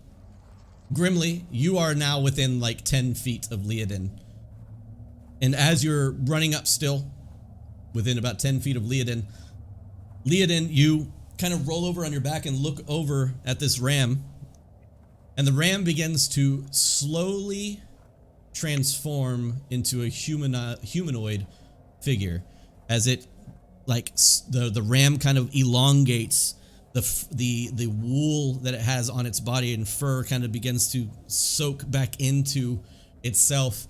And it stands up on 2 feet. One of its arms elongates until finally it forms a staff and a hand appears on its staff. And standing in front of you, you see a very kind of short human woman, probably no more than 5 feet tall. And you see she is wearing a ram-like headdress on top of her. And she looks at you and she just shakes her head, and she kind of looks down at the ground and looks back over at you. Grimly, you kind of like stop in your place. You're within like 5 feet of Leodin, and she looks over at you, Grimly and Leodin, and she especially looks at you. She points in your direction. How dare you defile this sacred statue with your greed? You shall suffer nature's wrath. Make peace with your gods! I need everybody to roll initiative. Yes, Fuck yes. I'm gonna be useless in this fight. Man, I really wanted to ask her a question before she got mad at me. I I want have to know disadvantage on initiative. and yet you still have +7. No. Fuck yes, let's do it. Uh, I'm glad I ran up. Let's go ahead and take you guys over to a map that I had made earlier. This will be fun. And we're going to set your characters up. Oh no! Spoilers! Spoilers! Spoilers! Don't look! It's It's okay, too that late, I happens saw 'em anyway. already. It's fine. It happens anyway immediately. It's just a thing that I forgot to hide. God damn it, Dan. Sorry. You broke my immersion. Sorry! They're gone! They were never there! They were never there! All right, I'm back in. 1 minute. I'll be right back. Okay. Honest, So guys. let's put you guys on the map here. First off, let's get some battle music on so that we get in the mood. Yes. That's where she was, but technically I'm not there. I'm probably there. Leodin, you're tiny. I didn't think we were gonna get a combat this session. Over Are you what the kidding? heck? Grimly, you are tiny. And I said 60 feet. So we will say 5, 10, 15, 20, 25, 30, 35, 40, 45, 50, 60. So that puts you guys basically at the bottom of the. Yeah, because they're like, ooh, that's the statue right there. Kind of puts you guys at the bottom of the thing. Abel. Tiny little Abel. Tiny Abel. Kin. And I think that's pretty much everybody. I can put the puppers on there as well. Peppers.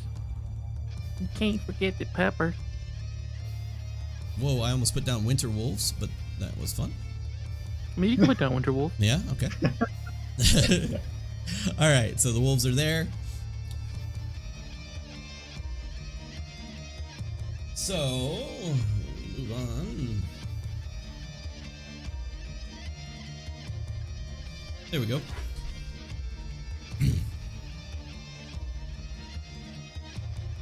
All right. So, let's go ahead and roll down with initiative. So, first off, Grimly, what do you got?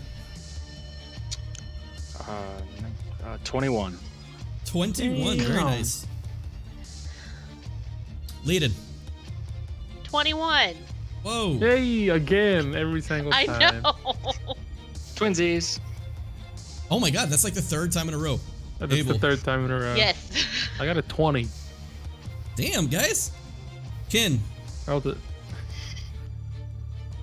I got a nat 20 plus 1. Oh 21. my god. What is this I'm just- initiative roll? I make sure you see I'm not joking. I'm We got promise. 3 21s and a 20. Olanu coming in hot with the what? What do you got? Roll for Initiative. initiative. 13. 13, all right. Olanu with a low roll of 13 comparatively. Oh, sorry. right. Math. Sorry. How much? 14. 14. Yep, sorry. Forgot I had a +3 to finish. 14, all right. At this point, well, shit.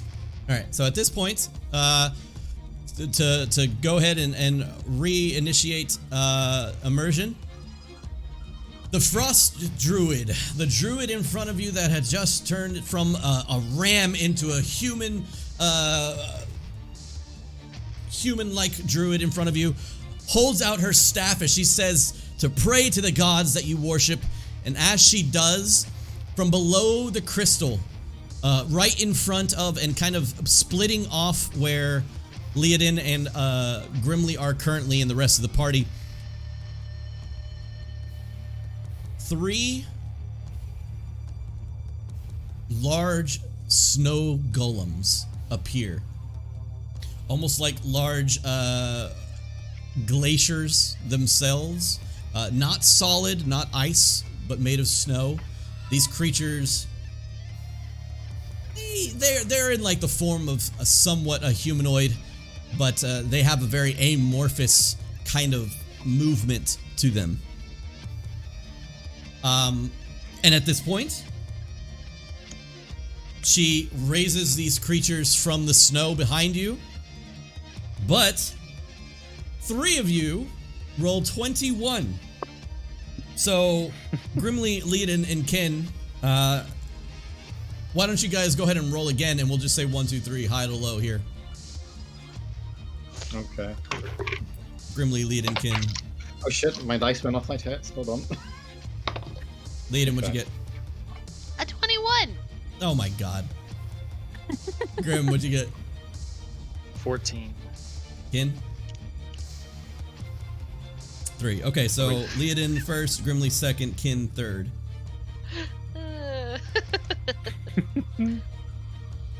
All right.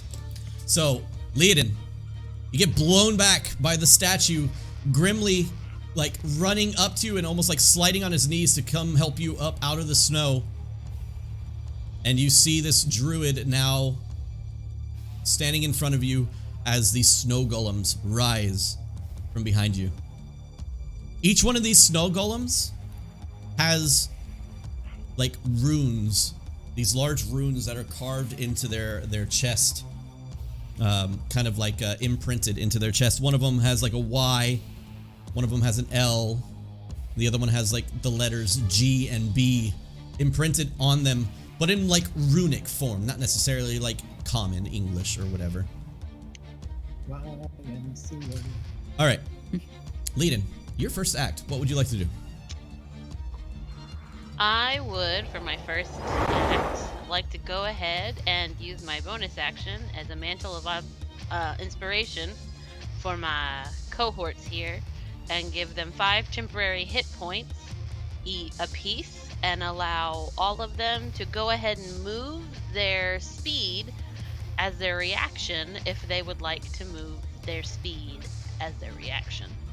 Right on. So yeah, you guys can use your reaction to move up to your speed right now. If you can't move your token, please let me know. Remember, you are at half speed able. Excuse me. Yep. Also, is that a 60-foot range, 90-foot range, 120-foot range? Range, I checked and I was able to get originally Abel, who was the farthest away, and that was a 45-foot range. Rock on. All right, so everybody's in it. Everybody take your 5 temporary hit points. Do not forget it, please. Does that stack with the last 5? No, it does not. It replaces. Okay. So It just replaces, yes. If you had 2 hit points left in that, you go back up to 5. If you have 5, you still have 5. If you have 0, you go back up to 5. Okay, Leodin, you cast your Mantle of Inspiration. How do you gather everybody's attention to allow this to happen?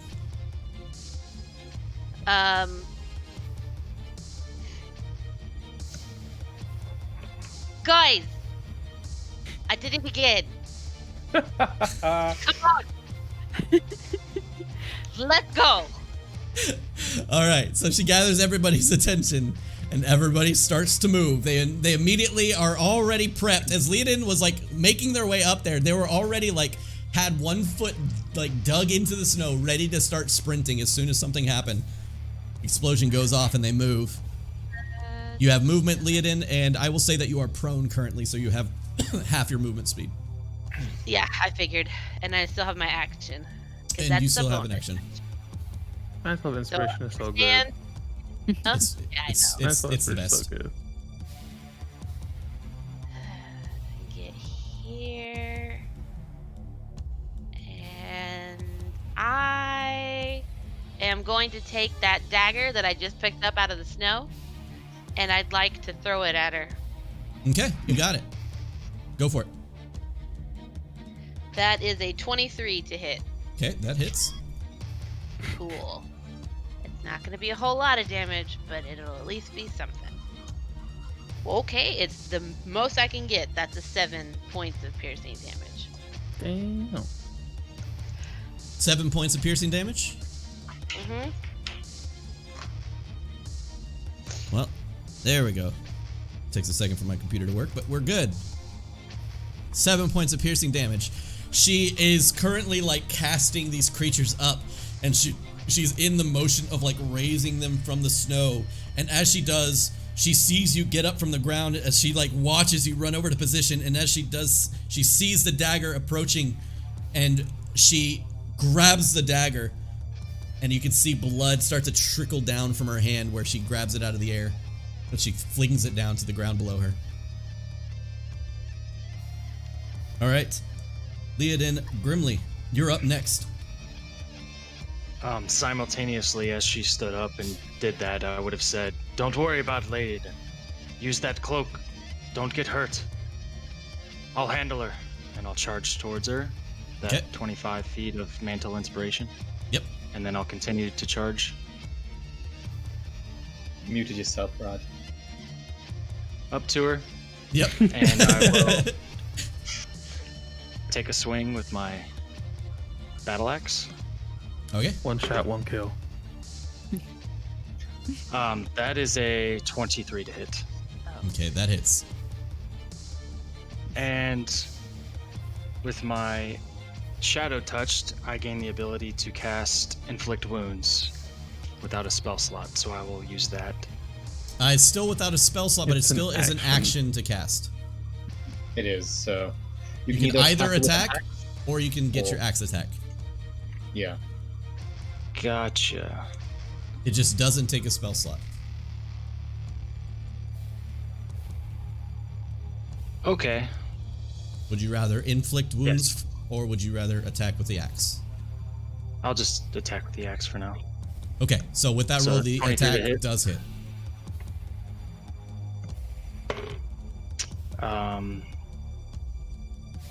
6 damage. 6 points of damage.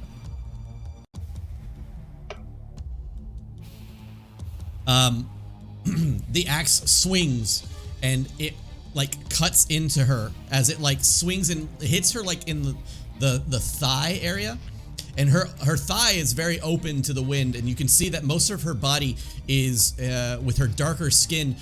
There is some like white face paint and white paint like around her body, but where you hit is still where her darker skin is, and you smack into it, and when you do, you see like ice crystals and shards begin to form on the wound. As she And then I will use my bonus action to cast Vow of Enmity. Okay. And so that's gain advantage on attack rolls against the creature. All right. And you'll just see Grimly start glowing gold and then point at her and say, "Helm, grant me the strength to make my strikes true." And stand in front of her, just ready to strike again. You have advantage on attacks against her. Kin, with your 21, go for it. I think I tasted salt there. I'm going to use my bonus action to cast... Correct me if I'm wrong, but it's a bonus action. I can cast a spell, and then I can use a cantrip as an action then, right? Say again? Yeah, Go. if it's a bonus action spell. Yeah, it's a spell that takes a bonus action. I can still cast a cantrip that turn, right? Correct. Okay. So as a bonus action, I will cast Dragon's Breath on myself. Does So- reaction use your bonus action? No. Reaction is not a bonus action. There's 3 different actions during combat. So I will cast Dragon's Breath on myself and choose Fire. Okay. And Go as ahead and repeat what it does. This is the first time you're using it. casting Dragon's Breath, it means that for 1 minute now, it's a concentration, but for 1 minute, the creature you choose can breathe either fire, acid, thunder, or lightning damage, or cold, as an action in a 15-foot cone. Okay. And you chose fire, yes? I assume? Yep, chose fire. Okay. And I will then use my action to cast Firebolt. She was going to aim at the Frost Druid, then she's just like, you know what? If they attack Leoden, it'll teach her a bit of a lesson, so she's going to aim for the nearest snow golem. Okay. Yeah, that one's like right in front of Olanu. Is this disadvantage because I have a point of exhaustion? This is at disadvantage because you have a point of exhaustion. Attack rolls have disadvantage when exhausted. I think At level 3 exhaustion is when attacks and saving throws have disadvantage. it's just ability Skill checks. checks. Yep, ability Yep. checks and skill checks. Sorry, carry on. Okay, right, fair enough. Sorry. You can still give disadvantage though. Yeah, I don't like you. Disadvantage. 13 plus 6, 18, so yeah, 18 to hit. 18 to hit the snow golem in front of you. 18 hits. Yes, I'll aim at the snow. Actually, I'll aim at this snow golem, the one that's on the far right. Far right. Got it. So, Oh. yeah. So that's 1d10. Where's my d10? Okay. Yeah. That's 7 points of fire damage. Very nice. So you notice that as the flame strikes the golem, it hits hard. The fire like burns through the snow, causing a lot of its like body mass to fall downward into itself. Alright, then I'm just gonna... Shinra was just gonna yell, bunch them up! And then I'll end my turn. Okay. Abel, with a 20, you're up. God. So after rolling off the sled, hearing that explosion, and sort of standing up and moving a small ways over, he'll take a deep breath, draw his bow, his arms and hands sort of shaking as he struggles to pull an arrow back and just aims high. I'm gonna try and hit this boy right here, this snow golem, the northernmost. Sure. I'm probably gonna move a little bit. Yep. I don't know if he has any cover. You have disadvantage on the attack because I don't like you. All right, Just that works for kidding. me. No, you're good. I'll still Carry roll 2 on. natural 20s. It's on. It's on. First attack. Don't you fucking say it. Oh no, that was a natural 3 for an 11. Oh no. Natural 3 for an 11. Still hits. Oh. Really? Yes. They're made out of snow. I totally. All my d8s just disappeared somehow. There it is. Oh, that's 12 points of damage. That's max damage. That's awesome. I don't like you. So what's gonna happen is the arrow, as you shoot it into this creature, the arrow is about to strike it, and suddenly a hole opens up where the arrow would strike, and the arrow passes right through it and lands in the snow behind it. I'm just kidding. I'll That had cock nothing my to head do to with, this. that had nothing to do with me Jesus not Christ. liking you. Oh, okay, so it's... But that does Oh, happen. These things Okay, have damage by non-magical shit. Oh my god. I'll cock my head to the side and sort of. And I'll shoot another arrow at it. Yeah. To save you some time, you shoot another arrow at it. Go ahead and roll to see if it hits, though, just for theatrics. Watch me get a natural 20 on this one. Another 3. Okay. Where it would strike, it has this weird amorphous face that looks almost like a mountaintop with like a sideways mouth. And as soon as the arrow is about to strike it, it looks like it's going directly for its forehead. Its mouth opens up the size of its entire face, and it passes straight through and then closes up, this time with a different formed mouth. Cool. And I'll move there and I'll sort of drop down to one knee, shivering and cold and exhausted. You got it. And that's my turn.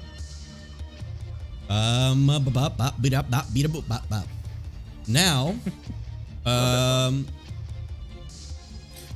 well, hilariously enough, with your rolls, it kind of makes them all kind of go at the same time.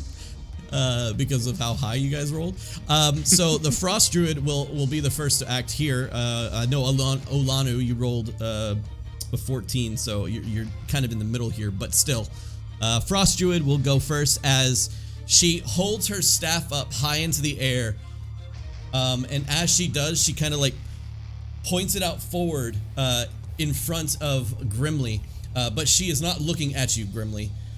She is looking at the group behind. And she will cast a spell around here. Kill us all, do it. So you're all dead. Cool. Wow, that's an amazing spell. Yep. Yeah, can I learn that spell? That's called Ranger the, spell by chance? that's called the You're Dead spell. It's what like book was it from? Just no save, huh? That is the Dan's book of fuck you. God damn. What are you doing to me, Dan? All right.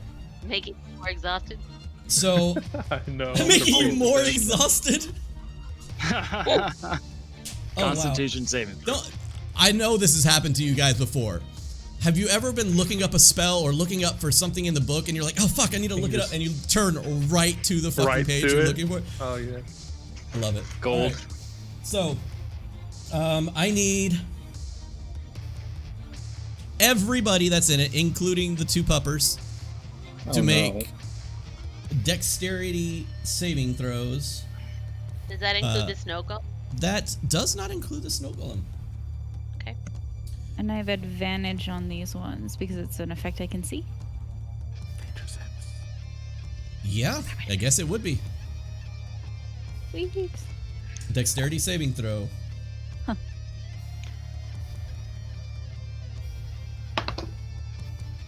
Hey, Just that's a much 19. modifier. Okay, so is anybody below a 14? Or 14 or below? No, Yeah. Olanu. Hello. Okay, so Even with unfortunately, Olanu, even with advantage. You want me to roll for the dogs as well?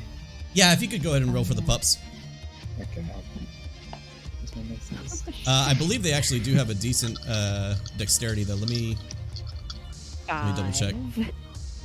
And the other is 7. So Let's they're see, probably both pups. magic. They got a 16 and an 18, so Yeah, pups okay. dexterity is 2, so you can add 2 to that. yeah. 18 and 20.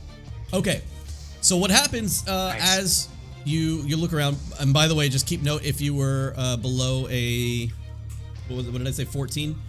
If you're below a 14, just keep note. What happens is she holds out this staff in front of her and she points it out in front of you grimly, pointing it at your friends, and as she does, a cloud begins to form up above the group. And as it does, it immediately, without warning, just starts to hail down sleet upon the area, causing the area to be covered in shards of ice and making everything around you, frozen solid. Olanu, you immediately, as this is coming down, you're like holding your hands up, you immediately lose your footing and begin to slide downwards on this ice as you move 5 feet backwards and kind of begin to slide downward, almost like a slide at a park. Everybody else, though, seemingly that made it above the 14 mark, you keep your stance, but the area around you is covered in sleet and is heavily obscured. You can barely see anything outside of it. And on top of that, you find it very hard to find your footing on this ice. Did we have anybody concentrating on a spell out here? Kinraba, Yep. That's me. I need you to make a Constitution saving throw. That is a 19. Okay, you are fine. You are still concentrating. Blah, blah, blah, blah, blah, blah. Okay, so you're good. That's pretty much it. It is a 40-foot radius, so it's like actually like double this fucking size. 5, 10, 15, 20, 25, 30, 35, 40. Okay, that's actually literally perfect. All right. So, yeah, it is huge, the area that is being affected by this. But that's what she does. That is her turn. She looks at the dwarf in front of her, and she kind of looks to, as she brings the staff back, she kind of like snarls at you and like bends down her head to kind of like show off her helmet. The snow golem that is in the middle will go over and start to wail on Olanu, who seems to be prone at the moment. So the rolls will be at advantage for it. So first attack from this snow golem, which I will be using some frosty snow dice. Will be snow golem. There we go. Will be only an 11 for the first attack. Miss. Second attack is a 23. That hits. Wait, Third attack. Are these at advantage? No, they are not. So the first one, okay, well, I'm just going to redo the whole thing. So first one on at advantage. 18 and a 16, 22 to hit on the first attack. Hits. Second attack. Dirty 20. Hits. And third attack. Double 3, so that's actually a 7 to hit. Miss. So the third attack misses, but the first 2 attacks hit. Olanu, you take 2.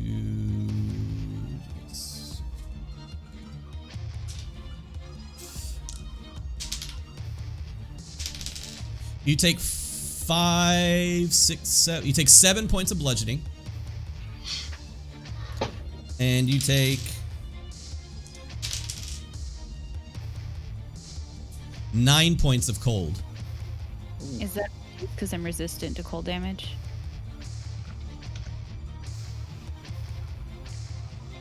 Or am I resistant to cold damage, or is it just... Is it the weather cold damage, or is it actual resistant to cold damage? Let me double check. Pretty sure it's just cold, but I can't be quoted. I have resistance to cold damage. You have resistance to cold damage, so you can take half damage for... What was it? 9 points? It was 9. So 4 points cold damage, and I think that's a 8. total like a 12 or 13 points of damage. We'll go with 12 points of damage since I can't remember. Okay. All right. So that one attacks. Then Olanu, you actually get to go in between the other 2.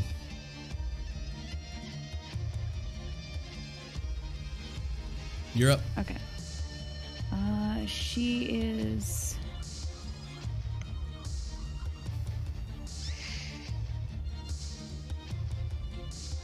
She's going to go into a rage. Okay.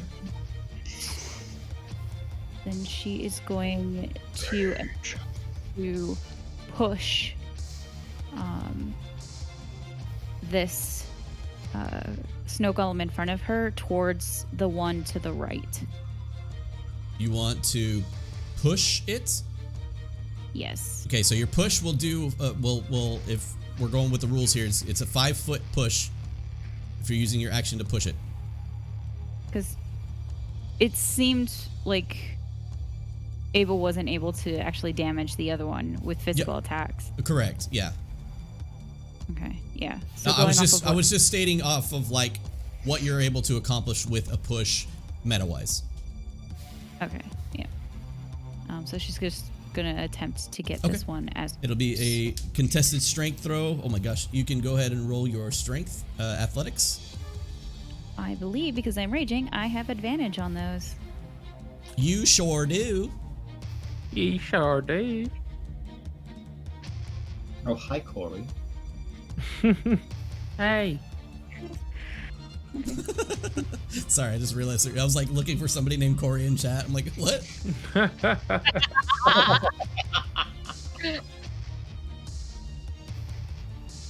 What you got, Olanu? Fight me. I got an 8. So, Olanu, you stand up and you go to push this snow golem over, and as you do, I need you to make a dexterity saving throw. First off. Okay.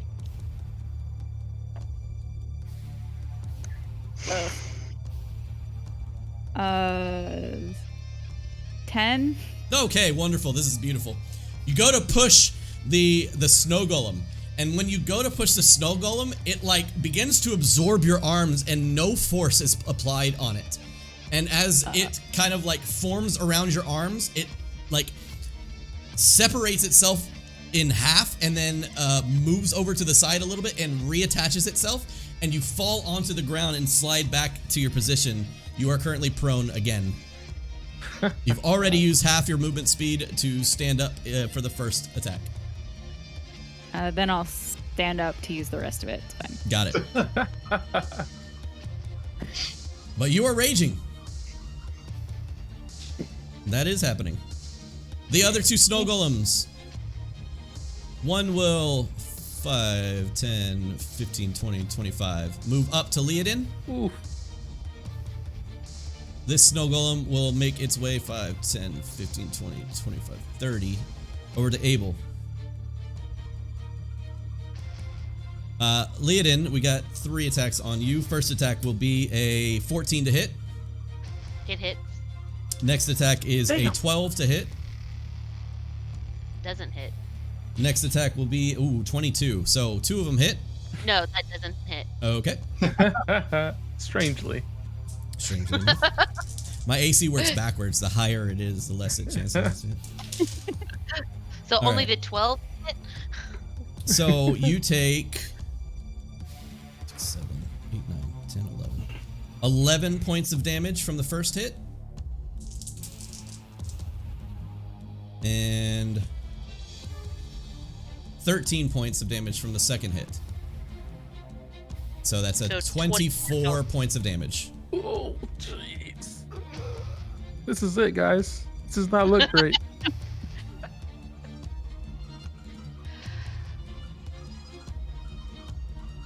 Okay.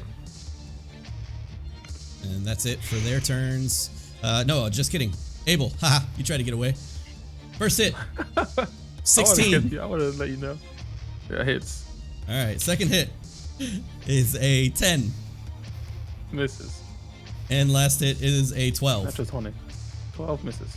Okay, so 1 hit only. And you take 12 points of damage. Oof. I'm dead.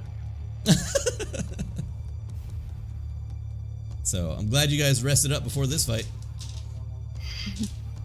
Alright, so with that, we move on. We go back up to the top, and Leodin, your first act. Yeah. That was a big hit on you, right? Yeah, huh? Yeah. No, I wanted. I will fix that later. That's also not enough. You are not within the spell's radius, so you don't have to roll anything, but you can continue. Yeah, that's where I'm at. Okay. I want to clarify something really quickly. Yep. Did we decide drinking a potion is a bonus action?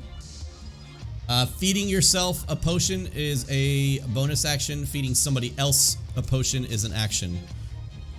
Cool. Great. I'm gonna check the distance. I'm pretty sure that I can't. No. That would have been bad. I want that one.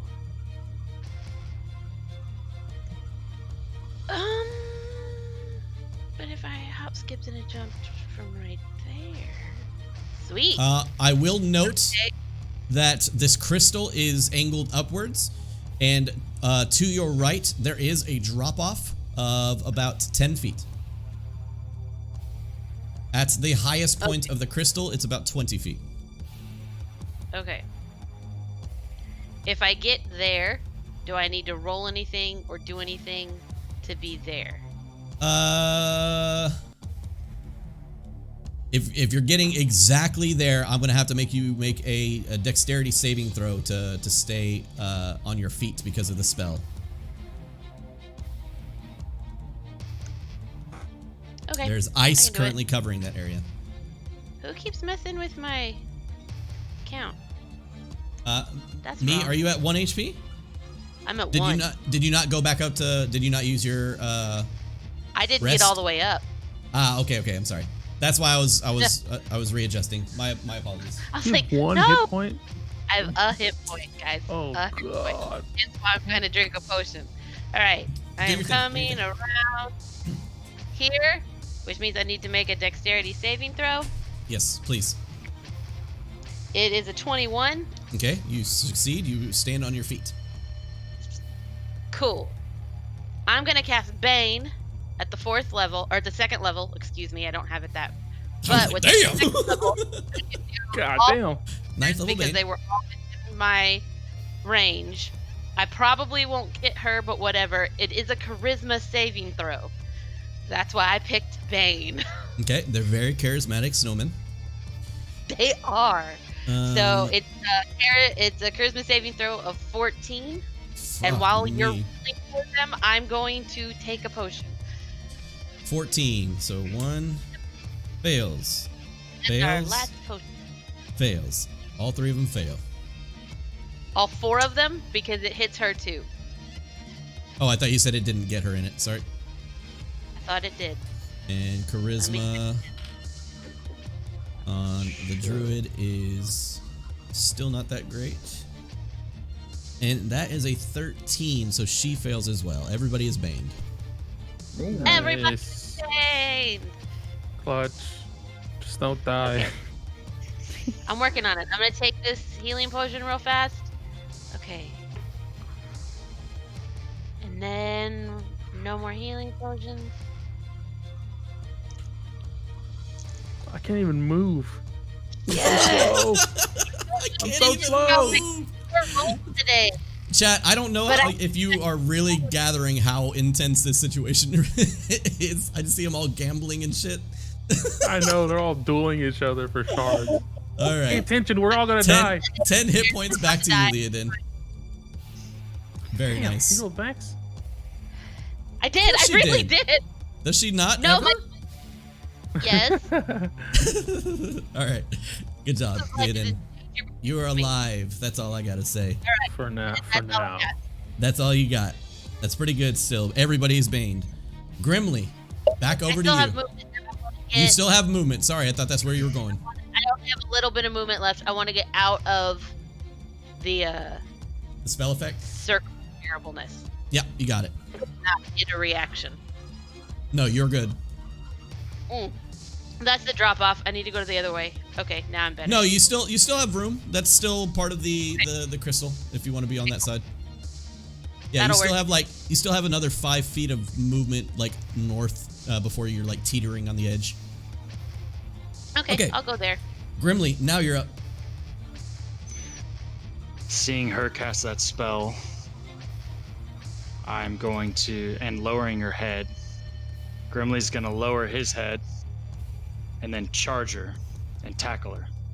Going to Okay. try to grapple her. All right, go for the grapple. Does a grapple break concentration? Does not. You have to do a point of damage for her to roll a concentration check on her spell. What about restraining? No, that they still keep that. Still concentration. It's more of a mental thing. If she's just being held in place and just looking, she can still concentrate. It's a point. It's trying to do something in order to get her to stop. Dealing By a causing judgment damage is usually the best. 'Cause way it to says concentrate. incapacitated. I wasn't sure if that was the same thing. Okay. Ah. Well, then I'll lower my head, drop my shield, and then two-hand my axe and rush her, and take a swing with both hands. Okay, go for it. God damn. Yes. You So have glad I advantage because of the spell. Yep. That is a 24 to hit. Holy shit! Do Yeah, it. that hits. Do it. So inflict wounds is a melee attack. Yep. That's the why I max was spell confused attack. earlier. So I'm just gonna say I inflict wounds with my blade, and that's I'm gonna cast that. So you're casting inflicts wounds instead of the blade. Yes, Okay.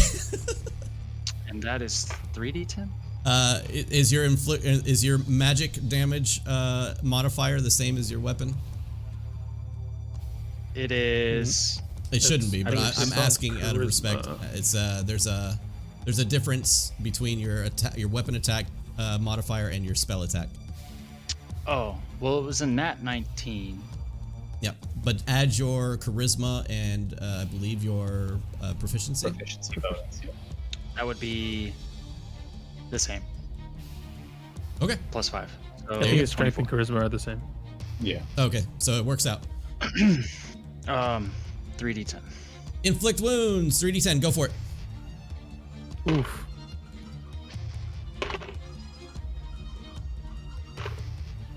Ten damage. Ouch. 3, 2, 5. Fucking Oh god. ouch. Ooh. Dang it. I took psychic damage from that. Fucking ouch. Oh my goodness. 325. That's painful. Maybe Okay. she'll break concentration. And Yeah, it'll be great. that's what I'm doing.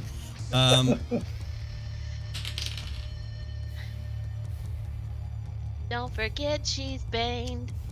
Ooh. Holy fuck.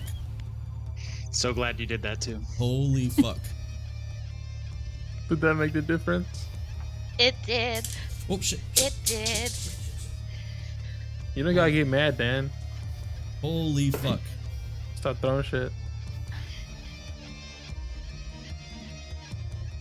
That's a 7 total with Bane, and Ooh. she loses concentration. Yes! Yes! Oh, finally. Oh, Now I can move half speed. Instead of 1 square at a time. We've done it. Abel can move half speed again. The Frost Druid,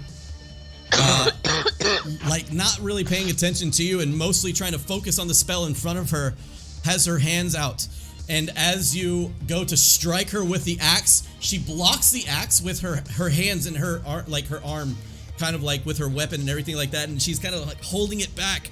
And as she's holding it back, you take one of your hands, reach up underneath like her rib cage and like grip tightly, and a black force comes out from your fingertips and enters in through her chest and takes her body over, and she loses concentration on the spell as she screams out in agony. Get that shit out of here. It's not just black. It's like negative. Does that make sense? no. No. I'm going to assume it's silver. Opposite of black gold. hole. Like a black hole. Yeah, it's pretty much like devoid of any color. It's devoid of anything. All right, Grimly, that's your turn. You still have movement and bonus. God damn it, Patrick. Yeah, that's my turn. Okay. Kin, you're up. Alright, how far can It's I glowy. move now? What's that? How far can I move? How far can you move? You can move up your movement speed now at this point. Okay, can I get up? Can I get to about here? Yep. Alright. Then I will take my action. I will breathe fire. Okay. And Where that- are you breathing fire? Maybe a 15 foot cone. I'm going to try and get both golems in there ideally without hitting Olanu and Amor. Could I do that, or? In respect to the D&D rules, you are rolling, or you are pointing your breath in accordance to like the grid, not necessarily like perfectly angling yourself so the edge can just catch them. So unfortunately, from this angle, you're going to be hitting Olanu and Abel if you try to attack the snow golem directly in front of you. Now, Do it. that being said, also, if you go back 1 space to your left and point it north, you can just hit the snow golems. Do you see what I'm trying to say when it comes to grid wise? Yeah, I can see. Okay, yeah. Okay, so I'm gonna also, because we're doing this, I have this to kind of point it out to anybody that is watching and anybody that's screaming at me through the screen. This is what I am talking about. So we'll go ahead and turn it into somewhat of a burning hand situation. Yeah. Tiny little bird. Living space. Okay, so Kinrava will put her hand up in front of her face and Something go like that. and just a cone of blue fire is just going to erupt out of the golems. Of course it has to be blue, damn it! I don't have blue assets, Kin! But I have blue fire, so get your assets. Okay, Does so... she do the Naruto hand signs before she blows the fire? No, she No! doesn't. This is not an anime! But Alright. Do your damage. What's the roll? 3d6. No, I'm sorry, the dex save? Dexterity save throw against, I think, 14? Dex Yeah, save with fire. 2 banes. Oh, yeah, The 2 firebender pinch. That is a 19 minus 4. Oh, You that's son of a. that's something else. It's 15 on that snow golem, and it is a dex save. So that she rolled a 19 and sits here at 13 because of Bane and dexterity. Bane. Yes. So that one Nice. fails. Oh, Bane, so good.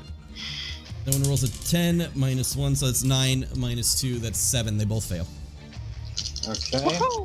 3d6. Those are really good rolls. That is a 6, a 6, and a 5. Nice. 17. 17. Dear God. I got the Okay. camera if you need proof. I got it here, so. So 17, that is 34 points of Oh. fire damage to these guys. Nice.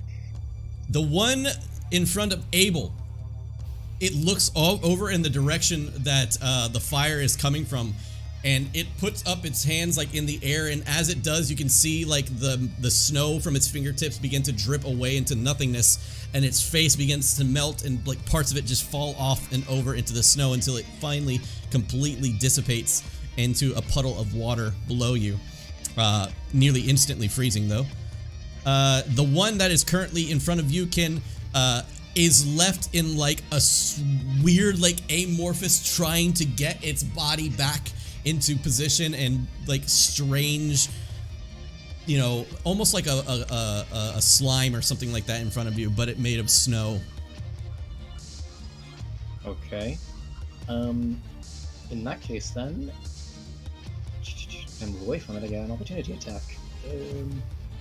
Oh wait, no, I don't. I cast Misty Step. Do you Dragon Breath last turn, so we're good. Yep. Yep. So I'm gonna Misty Step. So I'm just gonna teleport back over to here. Okay. Bloop. All right. Abel, you're up. All right.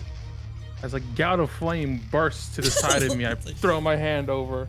Ah! You're And welcome. When I look Suddenly back, you're it's warm. gone. I take a sigh of relief. I look back and sort of nod towards Kinrava, and I'll get up and struggle my way closer to Leodin. That's as far as I can get.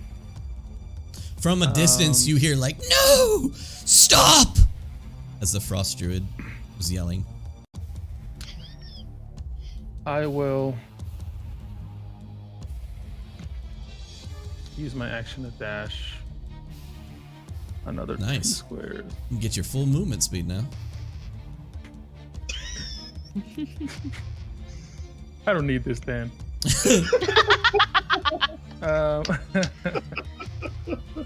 He'll be in That's his really trail. all I can do. Yeah, pretty much. And you still have bonus. I mean, you could throw a hunter's mark or something up if you wanted to. I don't know. Could shoot the druid. Good. He's got his. He's already used his action. So, all right. We I move will on. Shout to Leodin, "Come to me!" And then Okay. I'll fall down to my knees again. Come to Yep. me if you want to live. You see, Come with Abel me. is like, instead of like running during his turn, he's like just like forcing himself to like walk upwards up this huge crystal. Okay. Moving on, we go into Snow Golem attack number 2. The one that you are currently facing was the middle one. So Olanu, this one does make an attack after you. Okay. First one, you are back up, so it is not an advantage. First one is going to be 11. Bye, Miss. Second one is 8. And these are Nice. Bane too. Christ. Abel. 13 plus 4, Something happened with my camera. 17 to hit. There you go. Wait, Hold on. plus 4? Well, it was minus 3 plus 4. Oh, okay. So 17 does hit. Okay, so 17, it gets a hit off. First point of damage is 5 down to 2. And then the rest of the cold damage is 2 down to 1. Son of a bitch. Yeah. All right. Olanu, you're up. Okay. She is going to move because she can't do anything to this.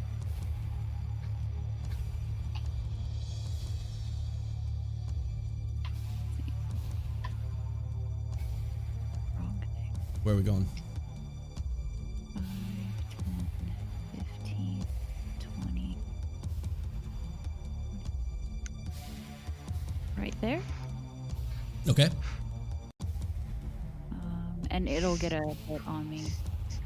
Attack of opportunity on you is a mother trucker. That's a nat 1. -3, maybe. Oh, hold on. Nat 1. Nope, 0. Okay. Okay. No, we're good. Making it a 3. And she is just out of range. So she is going to use her action to move again. Don't forget, if you are trying to throw something, you can throw something if it's out of range for the first one. It would just be at disadvantage. It has Okay, 2 ranges. If you okay, so I'll give it a wanted to make an attack this round instead of having to use your motion or movement again. No, so don't drop my raging. I'm going. Oh, yeah. I'll try it. Okay, So I'm gonna throw a javelin, got it. and it'll be at disadvantage. Yep. And also, just an FYI, it did make an attack of opportunity against you, so technically it tried to attack you, so your rage would continue either way. Continue. Okay. So this is not going to hit.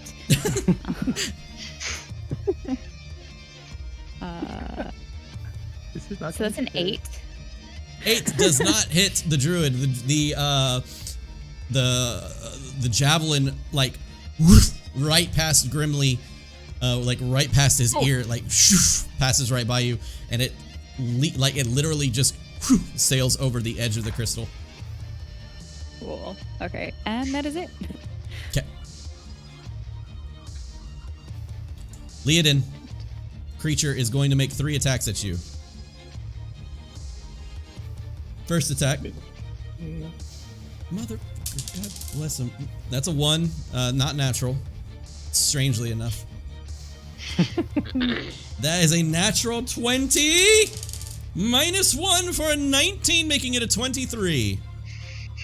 So that actually negates the crit, but you still get hit.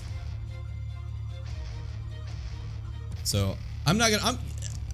Do I count that as a nat 20? I think I'm gonna count that as a nat 20 for the sake of rolling a natural 20.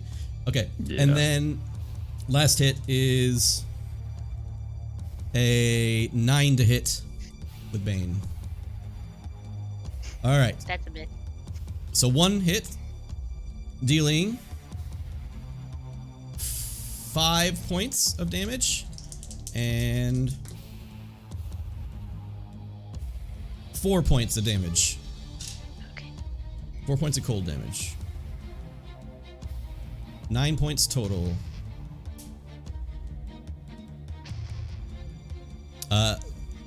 Just FYI, you negated that natural 20, which would have absolutely destroyed you. Murdered me. Yeah. Uh-huh.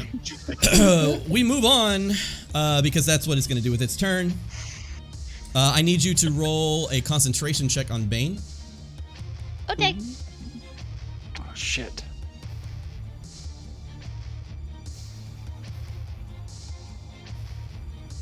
It's a Constitution saving throw, by the way, if you don't. I do. It is a 18. Okay, you keep concentration. They are all still baned, and at this point, we move on. I skipped the druid's turn this combat, so we will I go guess ahead. she just loses it, I guess. Yeah, it's fine. It's just Hands- whatever. Hands off the piece. She don't care. She was There's just there's nothing you can do, unfortunately. so what she is gonna do now, seeing that all this is going on,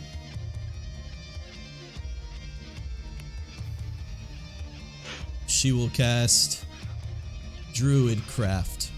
No.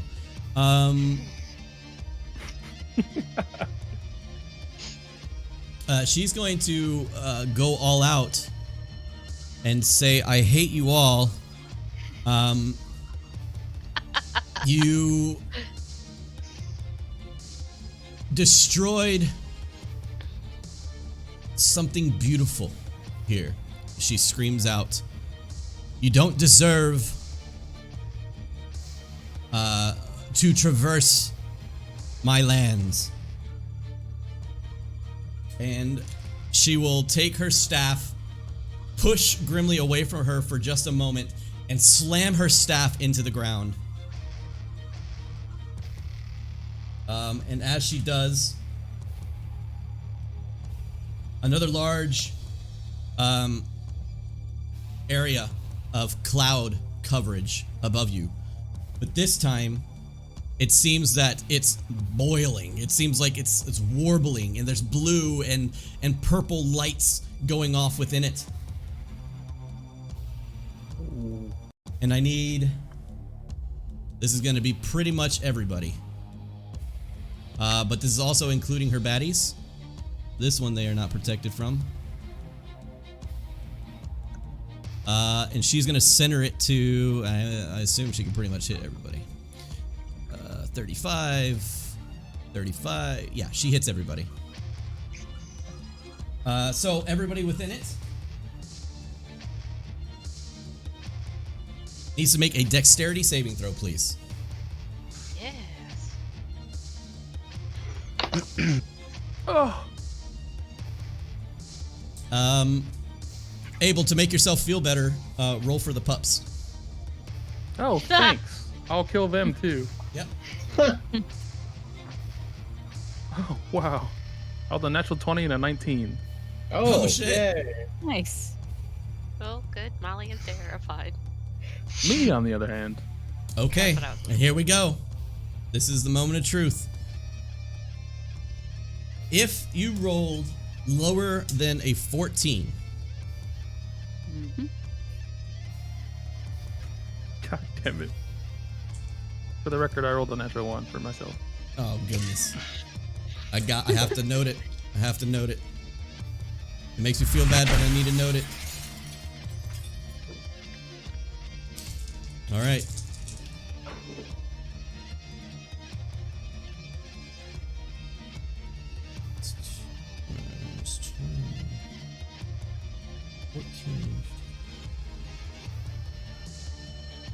So you take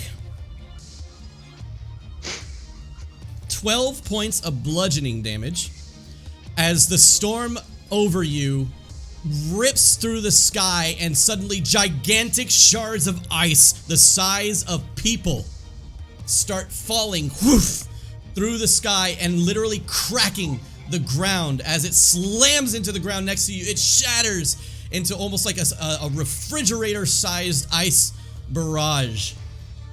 You take 12 points of bludgeoning, and on top of that, an additional 8 points of cold damage, for a total of 20 points of damage. Only if you fail the save, right? For those that failed to save, for those that succeeded, take 10. Was Cool, Grimly I'm- in that? Grimly was in that. Shit.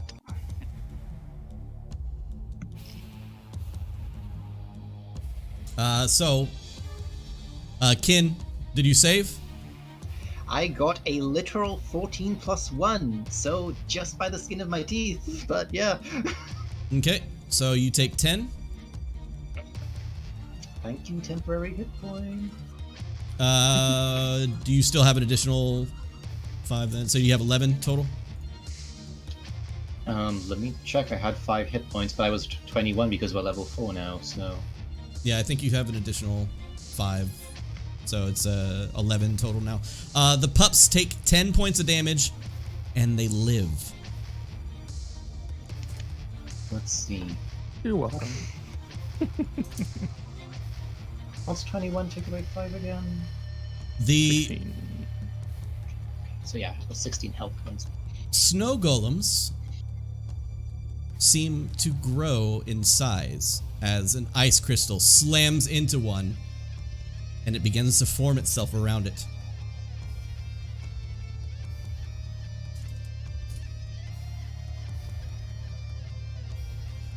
Abel, you didn't save, so you take 20, yes? Yep. Olanu, did you already take your damage? Yes, I'm at 17. Okay. Are you also tracking my health? I have 17 right now. Okay. I thought I messed up somewhere. I had 19, but 17 sounds right. Okay. Leodin, oh, you know what? I didn't count your bonus XP. HP, sorry. So So I you did are have- actually at, yeah. Forgot about that. Leodin, you are down, correct? Yes. I did technically save, but I'm down. Okay. The snow golem in front of you kind of grows in size, but of course he hasn't taken any damage yet, so it really doesn't affect him. Grimly, you took the damage, yes? Yes. Okay. 20 full damage. I'm gonna Excellent. start making death saves. So Just roll another natural 20 like last time. everything around you turns into difficult terrain as these crystals form around you yet again and make it hard to traverse. 1 square at a time. 1 square at a time. God damn it. That changes everything. I can't get to you to heal you. All right, so let's see. That's it. Frost Druid is done with her turn. I made Next the up- Constitution saving throw, but I don't think it matters because I'm down. It's a billion damage, so you're down. Then we move on to Lay it in. Let's see. Me, because we just skipped her, right? Leodin. Did we give that snow golem attacks? We did. It hit you. It hit you that one time. Snow golems got attacks. Yep. But we just skipped the Frost Druid. Correct. Okay. So Frost Druid got her attacks. Leodin, you are now back up. Well, you're up. You can roll a death saving throw for me, please. Oh, I was like, Nat 20. Come on. no. 5. 5. You are down 1 God death saving damn throw. it.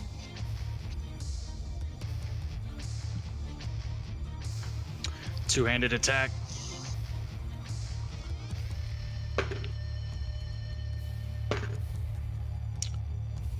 $19. 19 hits. Where's my D10?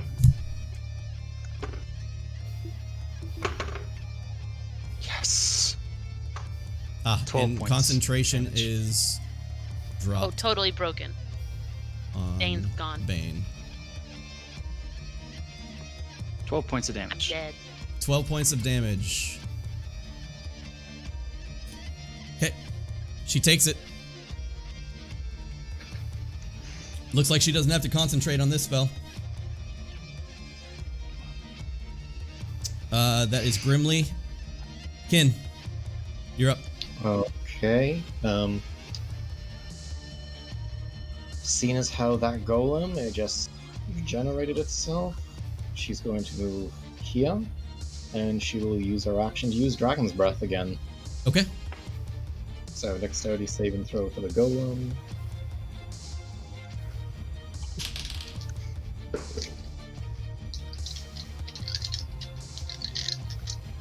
Dex save is 14. 12.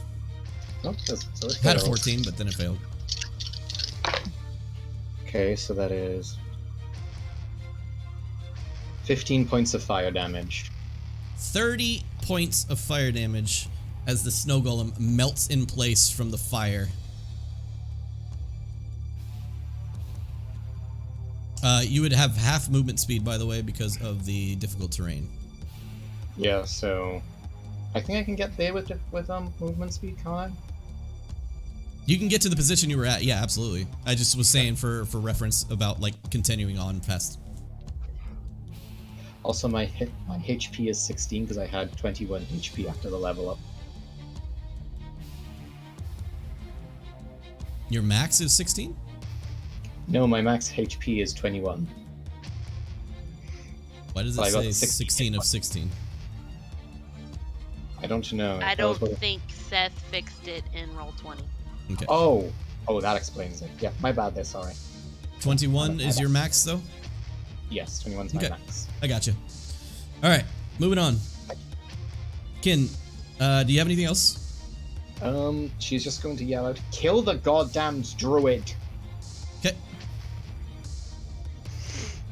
Abel, I'll try it. you're up. You're muted. So this is on me, huh? This is on you. What do we got? I cannot get close enough to Leodin to heal her. Because I'm at You- half speed and it's difficult terrain, so I can move one square. So I'm gonna do. I mean, I don't have an option. I'm gonna do a Hail Mary here. What's your heal? Is an action? Yep, cure wounds. It's my last spell slot. So instead of doing that, I'm gonna do a Hail Mary. I'm gonna bonus action. I'm gonna sort of close my eyes and I'm gonna focus on the sound of the wind blowing and everything, and I'm gonna draw an arrow. I'm gonna cast Zephyr Strike on myself. Bonus action. Okay. I'm going to shoot an arrow at the druid, and I can give myself advantage with Zephyr Strike. Go for it.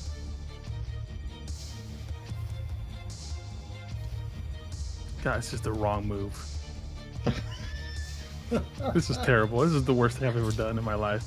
Oh, Grimly still got spell slots, so. Oh, look. I think you're the only one that regains spell slots at a short rest. Oh, yeah. Oh, no. Yeah, I don't get him back.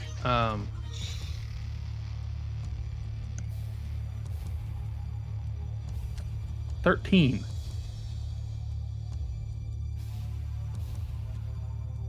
Abel, Silence Elias, is deafening. 13 hits. Yes. Oh, All right. This is not going to be nearly enough to do anything. Oh, come on. Minimum damage on 2d8. 6 points of damage. Oh. That's still not bad. She looks like she's hurting now. Oh, thanks. Great. Well, come on! did I move okay. already? You did. Sorry. Sorry, I dude. just, you it totally looks like I'm in did. the same spot. I'm not sure if I moved already. Yeah, you moved. Oh, God. Well, That sorry, was an Ray. accidental I tried. laugh. That's all I got. My apologies. All right. I did not mean to laugh so loudly at that. The druid will look at her reckoning in front of her and see that she has downed Leodin. And she will attempt to get this dwarf off of her.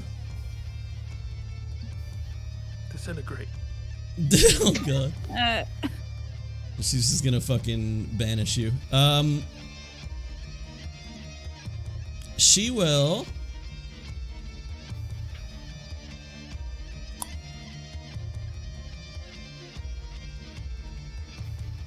Yeah, she will cast Moonbeam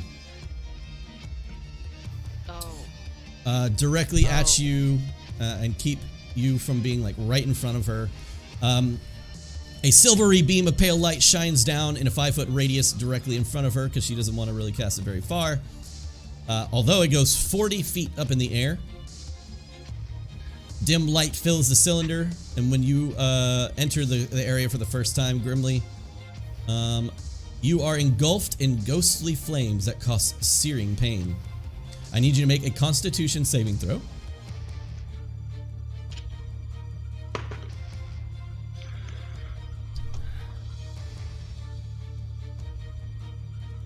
$18. You succeed. You take. Sorry, 17. You still succeed. You take 6 points of radiant damage.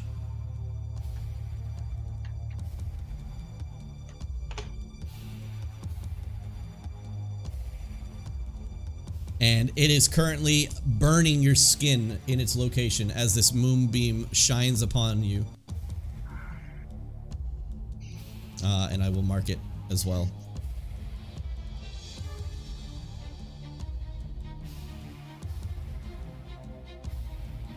Okay. That is her turn. Leadin. Excuse me, Leadin. Olanu, you're up. I'm gonna move to there, and then I'm going to throw a javelin at her. Yeah. Fuck. Okay.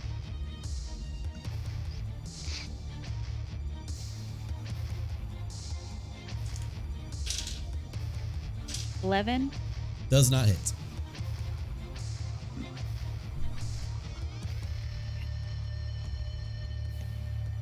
Still have a little bit of movement.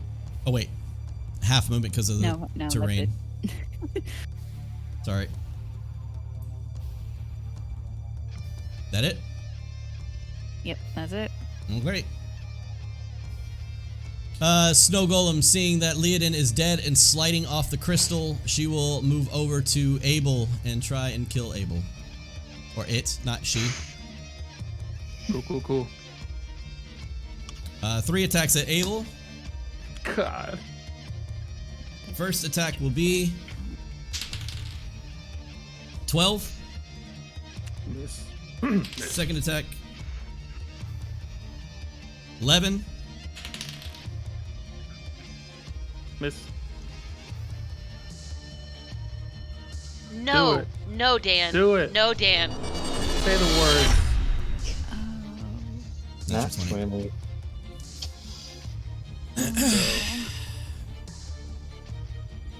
That's what you get for rolling so well last week, Abel. I'm sorry. I'm so sorry. No. Abel, Comes around, goes around. you take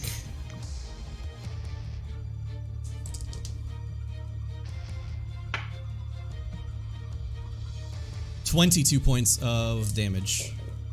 All right, I'm down.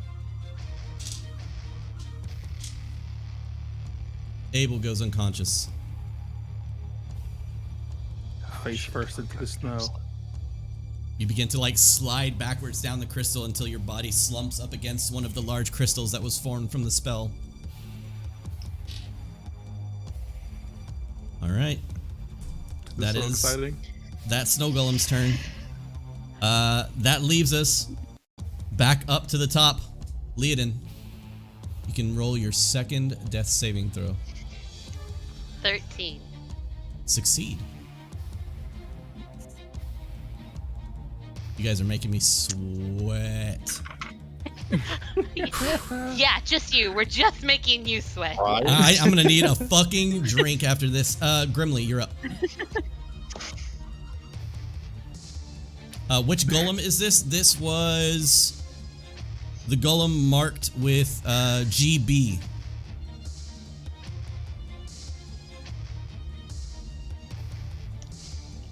You're up, Grim. Yeah, I'm gonna two-hand this bitch. Yeah, you're currently in Burning Moonlight, just FYI. It's might yet. Nat also- 20. Let's go. Yes! Yes! Murder her! Dude, what, Yes. what is our games? Oh my god. Fuck yes. Okay, first off, you started your turn in Moonbeam. Go ahead and roll a Constitution saving throw, please. Nat 20! Out of here. Yay! I'm not lying. You still Oh my God. you still managed to take 5 points of radiant damage.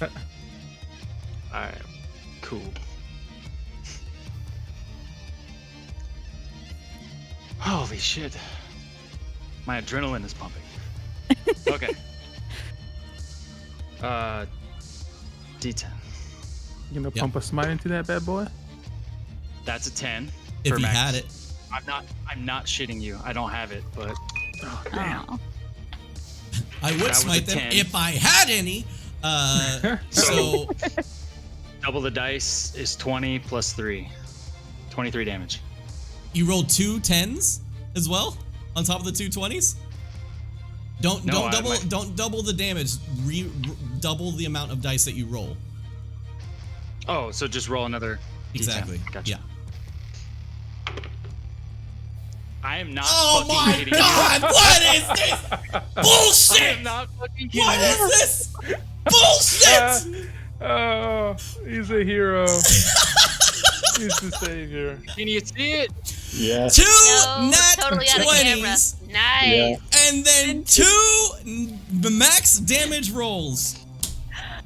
I'm not kidding you. How much damage is that total? Because you add your strength to whatever.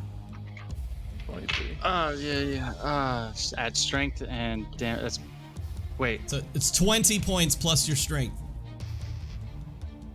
It's 3. So 23 damage. My God. Jesus Christ.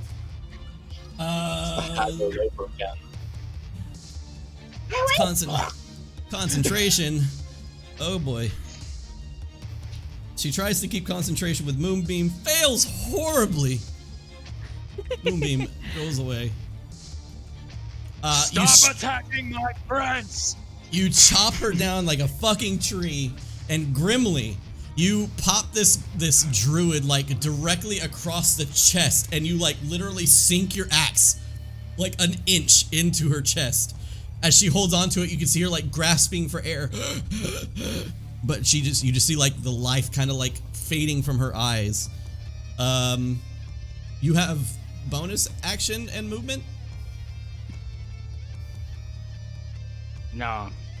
Nah, he says. Ken, you're up from the back. How damaged does this druid look? Oh, she looks pretty bad.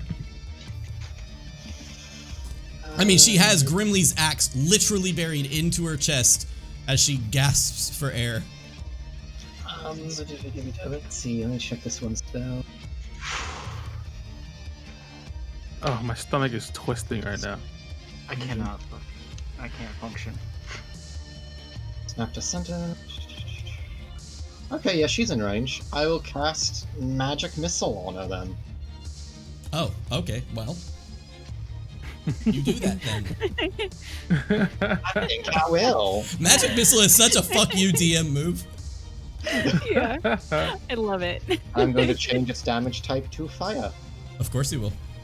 And I'm casting it at my last level, second spell slot. Oh, okay. So 4 magic 4 plus missiles. So 4, 10, 5 plus 3, 6.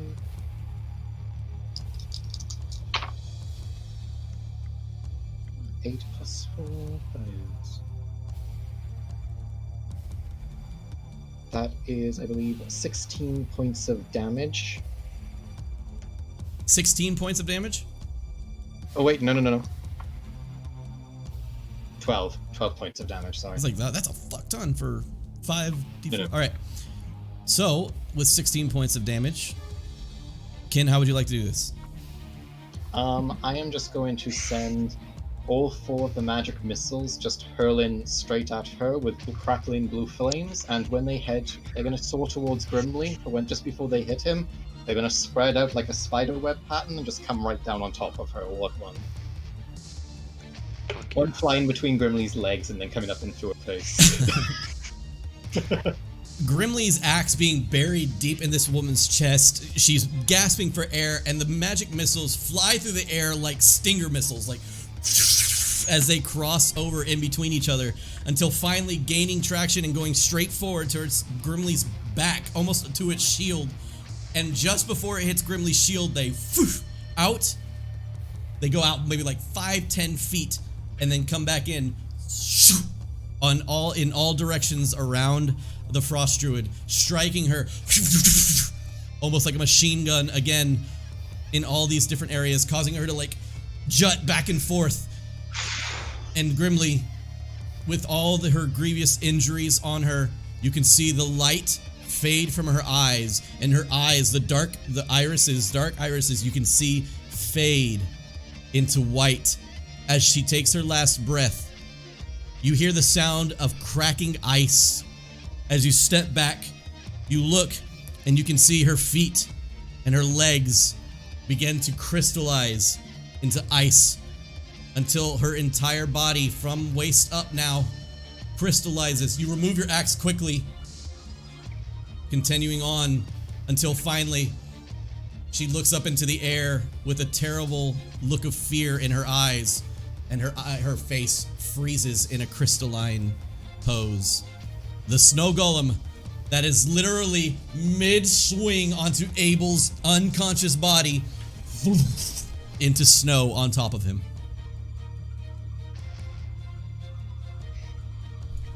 Can I rear back and just shatter it into? Yeah, of course you can. So the pose, of course, she's just like screaming in terror, and then Grimly takes a freaking 180 swing at it from the waist, causing the ice to shatter. And guys, as it shatters, as the body of the druid shatters, the crystalline structure that you sit upon, the statue, the druid itself, all seem to disappear around you, except for the ice crystals that the druid had left behind from her body, and everything else dissipates, and you are now back in the Icewind Dale wasteland that was where you had left off, and you no longer see those flowers. And Leodin, the flower that was in your hair, everybody else can see that it is no longer there. But you currently have Leodin and Abel lying on the ground, unconscious and bleeding out. What do we do? Kinrava's Grimly, can you heal them? When the druid died, did she like leave her coat or anything behind, like her fur coat or anything? Or Shards of ice on the ground. You're out of lay on hands also? Yeah. Damn. Do we have any potions? We did. Nope, not on. No. didn't we find a healing potion in the Drogar fortress, or did we use that one? You found You a mean the one healing that I potion used? that Leodin used mid-fight. Right. Okay then. Oh shit. I will waiting metagame for to the remind roll. you that you can use Try a and medicine check to stabilize. stabilize. Yeah, Yeah. I'm gonna Hey, drop my axe and run over and do whatever I can to stop the bleeding on Abel. Yeah, Grimly, Abel, you help. Grimly, you help the idiot. I'll help Abel. Abel, you go ahead and roll a death saving throw for me, please. Nope. Fail. Failed. Okay. Oh shit. Grimly, well. I need you to roll a medicine check for me, please. Fuck. 4. 4. It's worse somehow. Kinrava, medicine check. No. That's actually pretty good. That is 18. Okay. Abel, you stabilize. Leodin, I need another death saving throw from you, please. 19. You succeed. You have another attempt at stabilizing Leodin. You can use Alanu will go somebody's... over and try and help. Exactly. You can use somebody's Grimly. assistance to help, giving you the help action during your medicine check, giving you advantage on the check. You have advantage on a medicine check, Grimly. 10. Holy fuck. Leodin, you stabilize. Chat. I God don't have damn any it. lay on hands left. Stop. I would have used it. Just lay on hands, dude. Where's your goddamn spell slots? We used them in our last Long way. fight. Fuck. Oh man. Leodin and Abel, you lay on the ground unconscious, but surviving. Let's go ahead and take our break. I know it's late as shit for a break, but we need to give away these dice. Oh yeah. Damn it. I lay my hands on her anyway. I get a you prayer tried- even though. Yeah, you're just trying to pray. You're trying to pray. You just try to pray to hell and you just get an answering machine. Hey, Brad, Exactly. Brad, did you try laying on hands? Oh, that's true. Did you try that? Shit, I didn't think about it. Yeah. I didn't realize we were Maybe down next so time. much resources. Maybe next time. All right, so let me go ahead and create the dice giveaway here. Dice giveaway. Blah blah blah. Add. A giveaway profile with this name already exists. Bullshit. What's today's date? Today's date is the 27th. Okay. So we'll add that. And we will start today's giveaway. Guys, this is for this set of dice. I will post it up on screen. So if you guys can roll ! raffle, you can join today's raffle. If you are subscribed to the channel, you have a chance of winning a free set of dice from us. ! Is the raffle called as. Yep. Sure is. Arth, What the fuck, dude? Arth with another 5 sub gift bomb. Arth, stop! I'm gonna go take Arth off my is sweater literally- because I'm. Yeah, go for it. You're probably sweating your ass off. I'm sweating my ass off, so I can only imagine. I'm gonna put the dice over Abel since he's not currently here. That way we can see each other. Yeah, guys, roll for it! ! Raffle to enter to win these beautiful dice here. To my, well, your right, my left. Shiny click clacks, always up for grabs here at Nat1Fun. Yeah, I mean, I could talk for hours about what the fuck just happened, but let's keep going with the fact that they survived. They are alive. Also, with the fact that Grimly clearly should have used lay on hands that entire time, and we are all super smart, and Grimly is dumb, not the other way around. Come on, I cannot believe that I rolled that nat 20 when I did. Bro, the nat 20 on top of the fucking double max damage left her with 3 HP. Oh, now's not the time to lose the glasses. I can't even see who fucking... Who did that? Who did that? Who is that? Yotane. Yotane, you son of a... How am I supposed to do this giveaway? I can't see shit. Okay, we got a little shop theme. Let's see. I literally can't see shit. If I look over here, maybe over here. We're gonna give you guys another 30 seconds to get in on this raffle. Guys, don't forget, if you are subscribed to the channel, you can win this free set of dice by typing in !raffle and get in on this wonderful, lovely dice, what is it? A home for dice that we create. We have this wonderful, like, I don't know, pot of dice that we choose basically every month to just give away, and this one was even more random as you guys supported us so well last week that we were like, you know what, let's give away another set of dice. And so this is the dice that we're doing that with. Alright guys, 10 seconds, !raffle if you're not already. Get free sets of dice every month. This month, 3 sets of dice. Always remember that can change depending on how much you guys are able to support us during the month. If you support us a lot, we give way more back. That's pretty much all the time that we're gonna get, and let's go ahead and close entries on this. And we are going to pick a winner. Guys, this is the most participants we've ever had in a drawing. So that's pretty cool to experience. We have 17 participants this time for these dice. So good luck to everybody that entered. And let's roll those dice. All right, so everybody that entered, good luck, everybody. And 3, 2, 1. Congratulations to Zarkonic Priest. Woo!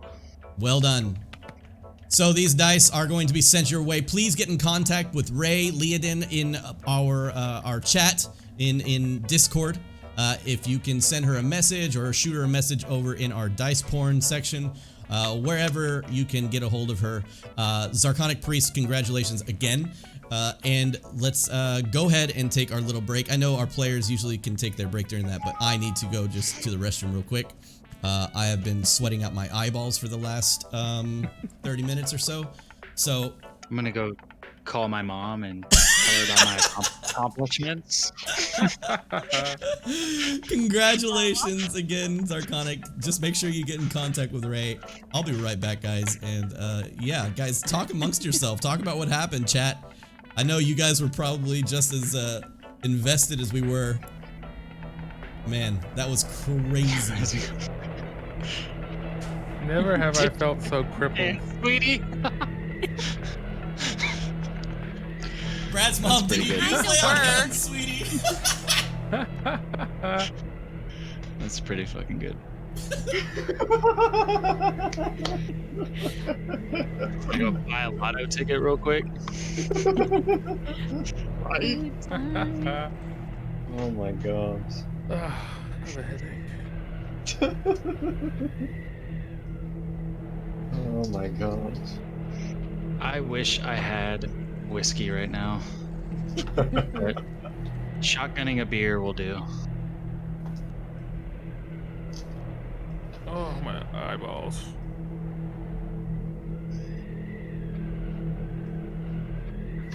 Hopefully we can get back to Cape Koenig and actually have a rest.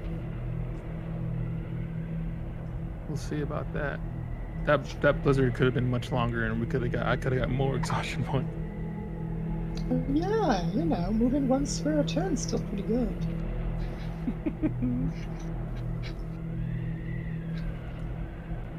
I didn't realize you were out of spell slots and lay on hands.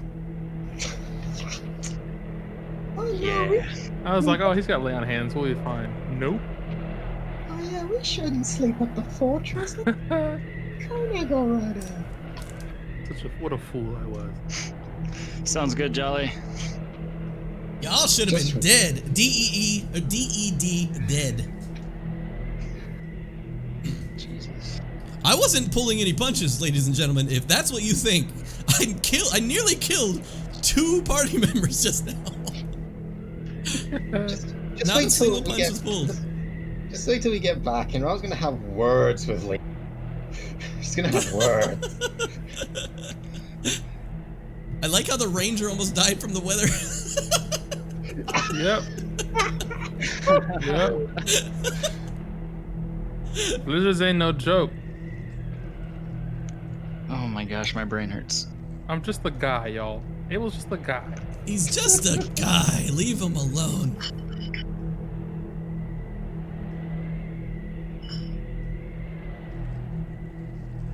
Also, I mean, I know it doesn't seem as crazy to some of you, but rolling a 10 on a medicine check is also pretty fucking clutch. Like, I know it's the exact what you need to stabilize somebody, if you don't know this.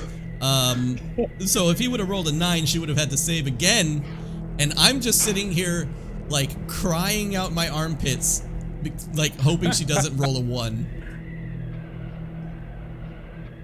She rolls a 1, she's dead. And that was just a random encounter! Yeah, thanks, chat. Yeah, that one just so happened to be pretty deadly. Oh no. You know, I just realized something. I can't make an armed attack. Can we not also talk about the fact that those dogs have 11 HP. They saved and took 10 damage. I nearly killed Sarah and Molly. Let's not talk about that. You're welcome. You're welcome, Abel says. You're welcome. You, sir? No! That's okay. More meat for the group. Yeah, free rations. That's a good way to look at it. Someone's been playing the lizard folk for too long, yo. Yeah. That's so funny. I played a lizard folk death cleric. Oh, man. Or cleric of the grave, basically. Death cleric. And she was a witch doctor. And so she loved when people died. she would gather them for spell components and eat the remains. It's good stuff. You know, speaking of which, I just realized I can make my magic missile psychic damage. I should have done that. Damn it. I would have made her head explode. I would kind of... Well, let's talk about that offline. I need to think about that. Psychic damage is one of the very few damages outside of force that is like very not resistible. And I feel like magic missile is a physical thing. We'll talk about it offline. Because, I mean, to be honest, that's like a spur of the moment just thought. That's not a decision that needs to be made, so. I'm just reading from what it says Order of Scribes can do. No. Oh, is that Order of Scribes? I thought that was, No, what is Order of it? Scribes. I thought it was, like a Tasha. Well, Order of Scribes is Tasha's. What does it say? You can just change it to any type? With Order of Scribes, as long as I have a spell that has one damage type, I can change it to any other damage type as long as it's the same level as the spell I'm casting. So for example, since I used Magic Missile at 2nd level, I can use the psychic damage from Phantasmal Force, and then you combine it into that. Okay, well then absolutely, yeah. Yeah, there's no argument there. You know, real talk, on most of the reviews I've seen people like, oh, Order of Scribes, it ain't that good, nah. Fuck off with it ain't that good. Fuck you guys, I can What? psychic damage everyone. Not even just psychic damage everyone. Casting the, what is it, spells at instantaneously, basically? Yeah. The ritual. Ritual spells. instantly That already saves so much game time that it is like so nice to not have to wait 11 minutes every time somebody wants to do something as silly as identify something. Copying spells at minutes instead of hours. Copying spells nearly instantly too. Yeah. Crazy stuff. Just wait till I get to level 6 and get my turret. Sweet. FYI, Abel would have gladly given his life to keep leading it up. Aw. So I just couldn't get just- to her. I just remembered something. Tell me. Please tell me you have a lay on You hand. have Swear a to full- God, if it's you get- lay on hands, He gets I full will lay on reach hands through on a the- short rest. If What I is it? find you got lay on hands, I will reach through the computer screen. I will. Hold on. Let him talk. What is it? We leveled up, Yeah. so my lay on hands pool went up 5 HP. Oh boy. You sure do have 5 hit points in your lay on hand pool. I have 5 points of lay on hands. We tried Sure to tell thing. you. We tried to tell you, We Brad. tried to Just tell wouldn't you. listen. We all knew this. Every one of us knew you had 5 extra ones. Son of a bitch. We were right, chat. We were right all along. Reclaim your position. We were right all I love it along. with my whole heart. Fuck. I so feel this with my paladin. No shame. That's great. Oh my god. That That's was awesome. That's amazing. Okay, guys, because we've had so many like subs this session, I'm double checking because I'm pretty positive you motherfuckers got us not just 1, but 2 emotes, which is not anything to just like scoff at. There's a big difference between like getting 1 and 2 here, and I think we were able to get literally 2 emotes because we are sitting at we got 2 emotes. We needed 65 and we are currently at 81, and the next emote was at 80. The god whose very symbol is a hand.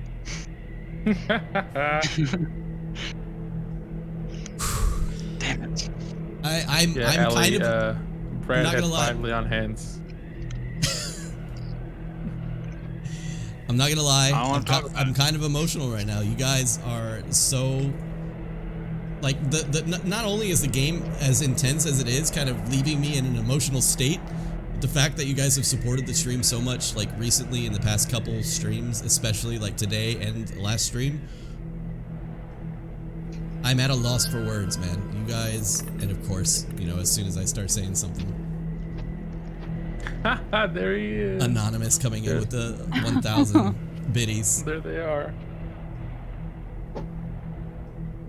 Anonymous, thank you so much.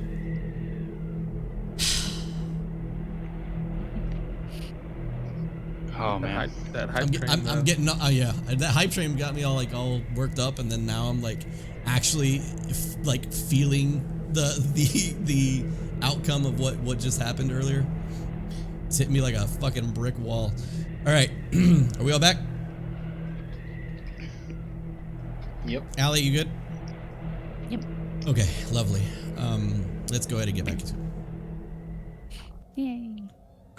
Olanu, Grimly, Kinrava, Leodin, and Abel lie unconscious on the floor in front of you. And on top of that, Sarah and Molly limp over to you with like deadly injuries upon them. One looks like a broken leg. One looks to be like it's like a large slash across its side. Does anyone have any rope? And suddenly, as you guys are looking around as well, Cuckoo is about like 100 or so feet away from everybody and just looks super confused and is like looking around. Grimly, Does there's anyone nothing have you any can do. rope? Now that I have Leodin stabilized, I'm going to meander over to Abel and crouch down and grab him by the shirt and say, "Wake up!" and pulse some lay on hands into him. Excellent. Jesus Christ. We can absolutely roleplay this as basically like, you know how much power, like how much energy you have, and with this combat and with what you've been experiencing and stuff like that, like you're giving everything and then some now into waking Abel up through your god. And Abel, you feel how many points of healing, Grimly? Say 3. 5, please. Damn it. Abel, you get 3 points of healing. Fuck you too, Dan. Say 5, please. I love you, Ray. I love you, Ray. Don't worry about it. Don't worry about it. All right. I wake up to him yelling in my face. Ah! Oh! Oh! Oh! He's just hurting. And so Abel, fucking exhausted. you're gonna be okay. Oh. Oh. I immediately look for where Leodin is, and I see her over there. Yeah, you Oh, look Leodin. over. You like tilt your head over in the snow, and Leodin is just out like this, like out like a light, and she has very dark bruises across her body from the slams. I just realized I got rope in my inventory. Kinrava's gonna tie up Leodin. You gonna tie Leodin up? Okay. Alanu helps. Okay. God damn it, guys. Come on, get up, friend. Leodin, you have your hands kind of tied up. And feet. And feet. Okay, so you're hog We're tied. doing this hog. We're doing this I rodeo don't style. get We're it. hog tying them. Well, yeah, you're currently unconscious, like literally. Yeah, so I can't do anything. Exactly. What are you guys? What are you doing? What are you guys doing? Saving us from stupid. Now come and help us. She almost got everybody killed. Twice. She can stay on this cart until we get to town. Now hold on. Keep your dicks in your pants and help us move this. We let her go. Come on. She can be let go when we get to town. She's not getting us killed. I think you guys are. So either you wake her up now, or you wake her up when we get to town. But we're moving. Well, I'm not gonna leave her unconscious. I'll go ahead and put my hand on her shoulder and wake her up real quick. Where's the wand Leodin had, by the way, like that they took from the statue? Gone. Damn it! Lay, wake up. Ugh. That was rough. Alana grabs the reins and just starts pulling the cart. Yeah, Leodin, as you wake up, you're like on top of the cart already. Your hands tied up we'll say in front of you, as it's way horribly uncomfortable to have your hands tied behind you. Yeah, it really is. So we'll say that your hands are tied up in front of you, but your feet are tied up as well. Can I roll sleight of hand to see if I can untie my wrists? Yeah, sure. That is a 22. Okay. Yeah, Ken, go ahead and roll me a dexterity, acrobatics. No, dexterity. What would it be? We'll give I you rolled sleight of we'll give hand. you we'll give you sleight of hand as well, Ken, to tie that the knot, and see how well you can tie it beforehand before Leodin goes at it. I mean, there's no point. At max, I can get like 21, so there's no point. Okay. So yeah, you tie it up, and Leodin, you are able to untie it and I got a nat 20, but that's remove yourself. Oh my god, what is up with this game? I just hand it. I was like, whose is this? That would be mine, thank you. Here you go. And I did have a wand that I was going to try and give you. Actually, the wand vanished when the druid... That's why I said it in past tense. Good to know. Listen, I know we're all on edge right now, but let's just get back to town. We can talk it over there. Let's get back to town. Abel's not doing so hot. Olanu, are you pulling the entirety of the party? I am pulling. The only one that was on the cart would have been Leodin, and I the would dogs also that be were on hurt. the Leodin, Abel, and the dogs are currently. Kinrava's gonna get off and walk beside Solanu.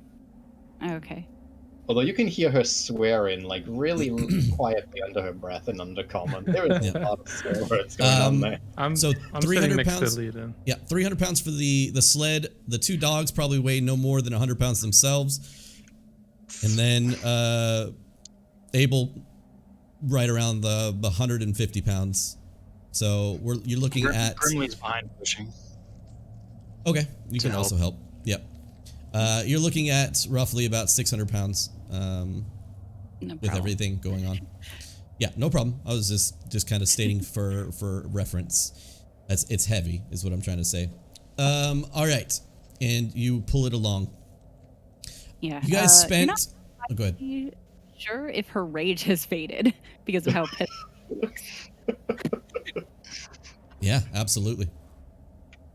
And you can just hear whimpering from the cart, and the dogs are currently licking their wounds. And you all trudge for the next hour and a half. No. You all trudge for the next 2.5 hours. Because it seemed that you, now that the blizzard's gone, you kind of like angle yourself with the mountain and realize that you were off, a little off course from where you were previously. And to correct yourself, you kind of have to go back a little bit, double back. And so now at this point, you are looking at, it's about 6 p.m. as you pull in to the northern part of of Ker Koenig, and you currently see the merchant that was broken into. Artenis is putting together like the fence that was broken. He's currently like hammering the fence together, and as you approach, he like hits his finger and he's like, "Fucking hell!" Then he looks over. "Oh, you're back!" Your dog's dead. Yeah. Sorry. What? You don't look so good. Oh, As he looks at the Druid group. Dark dwarfs. She holds up the severed head of the one. Ugh. He just kind of reels back a little bit. Did you find everything, or just, your things? Everything, they have it. And she's going to walk towards the inn. She's not even going to talk to him. She's going to walk towards the inn. That's fine. We were able to gather all of your belongings. Besides your pup. It's unfortunate. Luckily, they didn't steal more.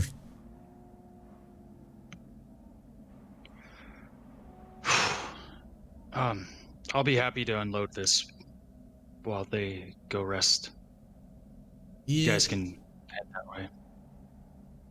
Really, all that I had was the some of the gear that they had stolen, the climbing gear, and did you happen to find my necklace? Yes. You did? Yes, Oh. we did. Well then, doesn't seem like it was a complete loss. Anyways, thank you for helping.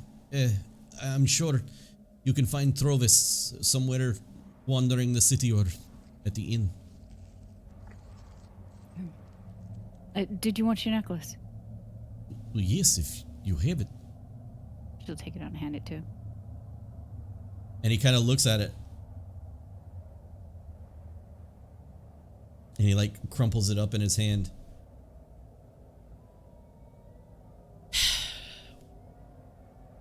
You take it.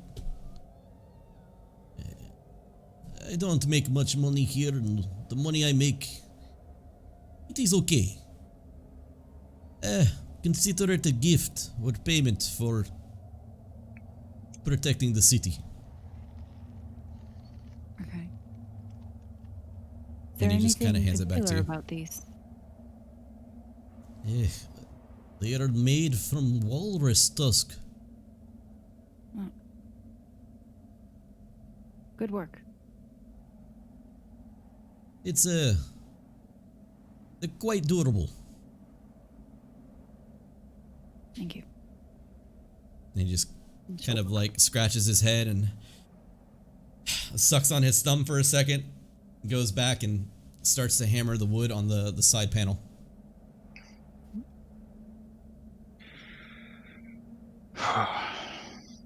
Well, do you happen to know where these goats belong? Yeah, they go back to the hook, line, and sinker. They have a goat pen next to the tavern. Thank you. The goats survive. You hear him like whisper under his breath, like, the goats survive, but my dog doesn't. What the? And he just starts cursing in like Russian. In Russian. Yeah. You just hear During this "Suka, conversation, suka bliet." I would have gotten up off of the cart and started walking towards the where Corey and Allie are. Can't remember the Yeah, name. towards the the I would have Right. Can I I would have was motion. wait there. She ain't even. I would have motioned for a lead in to follow me too. Okay. I follow him. Yeah. All three of you guys can enter. And Kin, you can of course enter first, but you guys are like really close in tail. Corey, I have a question for you. Are either you or your sister good with a needle? They both kind of like perk up from their table. They were playing a card game together, and they look over at you. Kin, Why do you ask? Are you okay? Is everybody okay? Well, the survivor shop over there lost one of their dogs, but otherwise we got everything back. Well, sit down, Ken. And then Abel and Leadon, you can of course walk in. Oh my goodness. You two, here, sit down at the table. And then you see them both like rush to the back. Well, of course, you see that Corey doesn't necessarily rush, but Allie will absolutely rush. Corey is just kind of taking her time and shaking her head. And she returns back. Oh, go ahead, Abel. Okay. I'm gonna go straight to the. Sorry. Don't I point want to at go me. straight to the. I want to go straight to the fireplace. You go and straight start to the. taking off my my wet armor from the snow that's been melting slowly. I'm gonna warm myself up, just shirtless, next to the fireplace. Yeah, absolutely. While you're there, you see the slash across your chest very clearly, still blue and cold to the touch. Ken? Kinrava is just going to call out to the two of them. If either one of you two are good with a sewing needle, we really need you up in my room. I'm going to head up there. I'll come back down in a few hours. Leodin, you walk inside, your breath still showing while within the inn itself, and make your way over. Abel and Leodin, there you are immediately brought over a bunch of furs that Allie has gathered, of course dry furs that they place around you, and they kind of walk over to you and say, "Look, it's all we got, but here, eat." And they just kind of hand you a bowl of like medium temperature soup.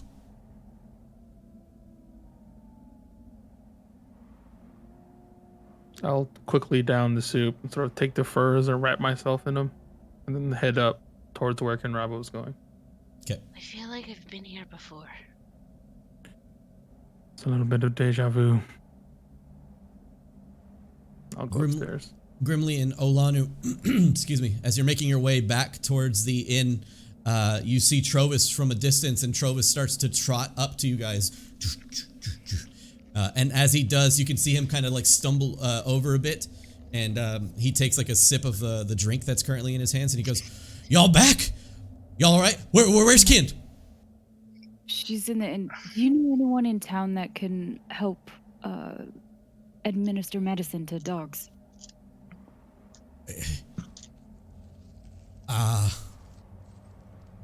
And he'll kind of like look and oh shit. Yeah, I think Sally, she was a veterinarian back in the day. Let me go talk to her. Okay. But You'll find you're sure Ken is okay? Ken's fine. She's fine. Okay, I'll meet you back at the inn. Okay. And he just runs off. He throws the bottle. It just lands on like the lake, the ice lake, and it just like shatters and skids off across the ice. What are you guys doing? I'll take the goats back to the hook, line, and sinker if you want to head to the inn. Or Yeah. to this Sally person. I think he's bringing Sally to the inn, so I'll wait there. Okay. Not too I'll head long towards after. the hook, line, and sinker. Not too long after, Grimly, you return to the hook, line, and sinker. Standing outside, you can currently see a familiar face as he holds a dish of small half pints of beer. And he goes, "You want some beer?" Oh, yes. Please. "Then take one." Thank you. We managed to And he rescue the can goats. like immediately like looks around you and sees the goats behind you. He goes, "Where did you get those?" We were commissioned by Trovis to try to find the missing things from the town. "You're saying those are our goats?" They are. He goes over to him. He's like, I can't believe it." And he just kind of like starts looking at him. He's like, "They've been gone for days. I figured they'd be dead." Yeah. Well, we're happy to return them to you. Thanks. Well, I don't have much to give, but why don't you go inside and give yourself a free pint? Yeah. Thank you. And And he I'll just- head inside. Yep. He leads them back and he's like, Leonardo, Michelangelo, get back inside your pen. Hup, hup. And he just like hits him on the butt. That pun alone makes me regret that they lived. And you go get your beer, and as Olanu stands outside, you can see Trovis trotting back, and he currently has a halfling woman in tote behind him. Those inside, Leodin, Abel, Kin, what are you guys doing upstairs? I'm not upstairs. Sorry. I am still by the fireplace. Sure thing. Abel, Kin, No, what you're you still doing? fine. I'm just sitting there. Yep, I'm going to where Ken asked for someone that can use needle and thread. Yep. something. Moments later, after you guys are chilling, Allie will be with Leodin, but Corey comes up moments later with like a sewing kit, a small sewing kit that is like attached to her hip, almost like a little pouch. What is it? What y'all want? Could you help me in tying? Could you help me in basically putting the warm furs in my winter gear onto my robe? You want me to like add the winter gear to your outfit? Yes, please. Oh boy, Ken, that's a lot of work. I can do it. I didn't say I couldn't do it. Calm yourself. Ken, I know this is asking a lot, but now that you're an adventurer and all, would you happen to have some money you could pay me? We have the lantern that you lost, and I only have 3 gold on me on myself, but we do have quite a bit of payment we can give you otherwise. Well, the lantern isn't going to buy me food, Ken. I would appreciate maybe a little bit of income. I have 3 gold on me at the moment, and that's all of my money. But I'm sure Well, the others. 3 gold? I was just talking about a few silver, but I'll take the gold. Yeah, she just gives her all 3 gold. Oh! And she just like takes it and she's like, well, that's quite generous of you there. Yeah, she just places it in her pouch and she's like, well, I'll get to work. And she looks at you, Abel, and she's like, shoot, shoot, shoot. I'll leave. Go back down to the fireplace. And she closes the door, and Ken, she like rips like the clothes like almost right off of you and begins to work. Okay, so Kinrava's just waiting for a new outfit in that Yeah, room. she still needs to like size you up and get all the measurements and stuff like that. She'll send you down if she completes that. Leodin, sitting by the fire, Allie is kind of just sitting there silently looking at you, and she goes, "You still cold, dear? I can see it on your breath."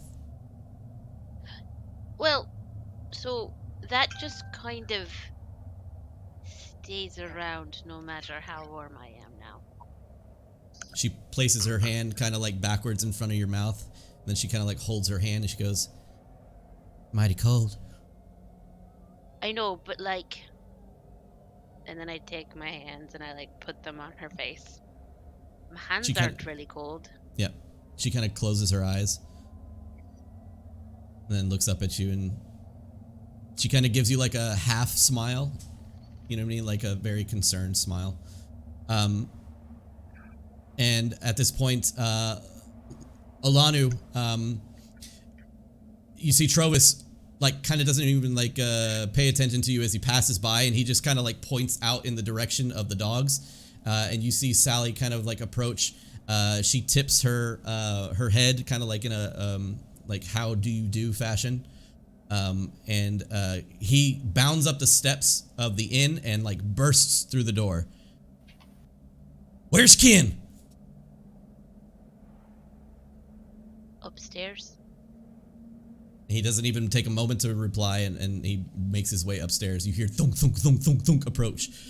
Kin, until you hear like a pounding on the door, like an attempt to make its way in, and literally Corey like slams her like her butt into the doorway, causing the door to like stop in its place, and it like basically like he tries to get in and like slams his face against the door. He's like, what the hell? Who's in there? Kinra was just going to motion her head in the door and just say, Trovus, right now I'm quite naked in here, please. Could you just give me about a few hours, please? You alright, Kin? I am perfectly fine. Angry. Quite angry. But it's slowly mellowing away into a quiet, seething rage. Don't worry, I'll be fine. Do I need to talk to any of your friends? No, I'll do that. Don't worry. Thank you. He forces the door open to where it's like open just a little bit, and you can see his like snout kind of enter, and he's like, Corey, you make sure she's all right? And then he just like closes the door and leaves. Huh. Oh. And then Grimly, you finish your drink. You can make your way back to the inn, or you can keep drinking. Up to you. How do you want to play it? I think he's gonna stare at his beer for a minute and just think about, I guess, the importance of these people in his life now. And he's gonna finish his drink and head back. Abel, you pass by Trovis on your way way down the stairs. Then you see Leodin and Ali talking. Just go sit by the fireplace on my butt, crisscross applesauce. Sure. I'll pull the furs in tight. Outside Olanu, you see that she's currently working on both the dogs, and she looks up and she's just like, they're badly hurt. They're really bad. Can I take them back to my place? I have more tools there that I can help them out with. Yes, that's fine. How much will I owe you? No, don't worry about it, hun. Okay, just please take care of them. They're important. Okay. You can come find me at the opposite side of the city. Trovis knows where to find me. Okay, I will. And she just like gets behind the sled and like pushes it with the pups on it. Head inside. Yep. Olana, you step in. You see Abel, Leodin chilling by the fire next to Ali.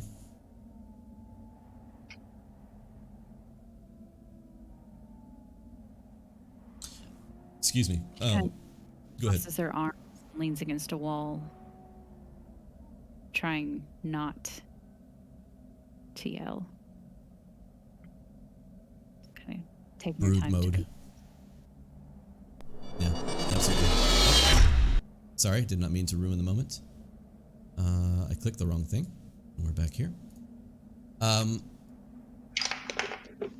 Let's see. Grimly, you make it back to the inn now. You are also there. Just walk in, and I'm gonna look at Alanu pissed off in the corner, and Abel shivering in the chair. We all need to talk. The understatement of the year. Whenever you guys want to get together and talk this out, I think it's for the best. Right now, everyone's on edge, and I think it'll be best if we just get some things off our chest before we start bickering and fighting. Coming down the stairs, you see Trovis kind of just looking back up the stairs as he walks down, sees everybody in the group. Well, looks like you have a lot of things in tote. You guys are pretty worse for wear. Abel, Leodin, how you doing? Terrible. Leodin, Fine. looks like you got trampled by a reindeer. fine. You sure? Yeah. Trovis, Yep. do you think you could get some of your mead? I think all of us could use a drink. You mean my special breed? Yeah, I'm happy to pay for some. Oh, don't worry about payment. Yeah, I'll go get it. I assume enough to fill everybody's cups. Hold on. Yeah, I'll go get it. And he leaves for the moment to run back to his place. That's where he keeps his stash.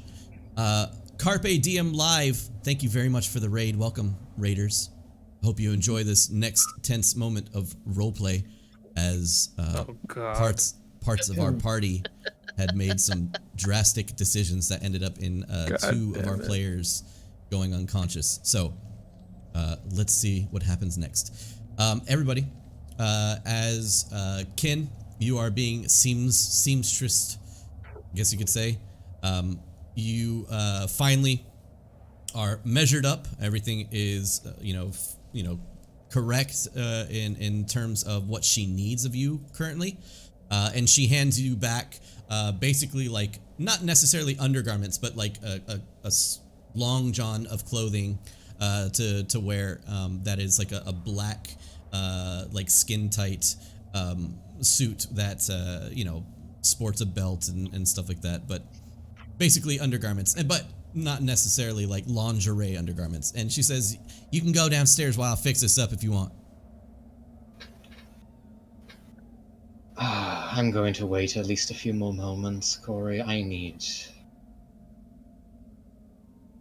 Have you ever met someone who you know is very skilled at their life, but they make such horrible choices that you just want to tie them up and throw them in the lake and watch the life slowly leave their eyes? Of course I do, Ken. Half the people that come in here, I want that to happen to. Fair. Look, I know there's probably something bothering you and on your mind, but I don't know much about people, but I do know that talking with them is probably the best solution. So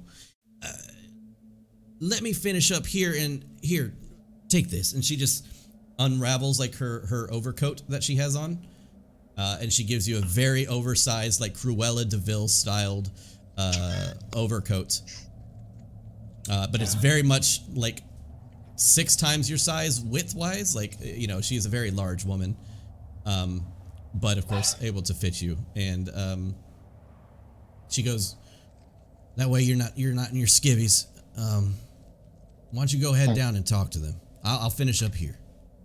Thank you, Corey. Don't worry if the book starts talking, it's perfectly fine. And then she'll leave the room. What? This is the last thing you hear as you slam the door. Then Kinrava will come downstairs wearing this Cruella de Vil style coat, I suppose.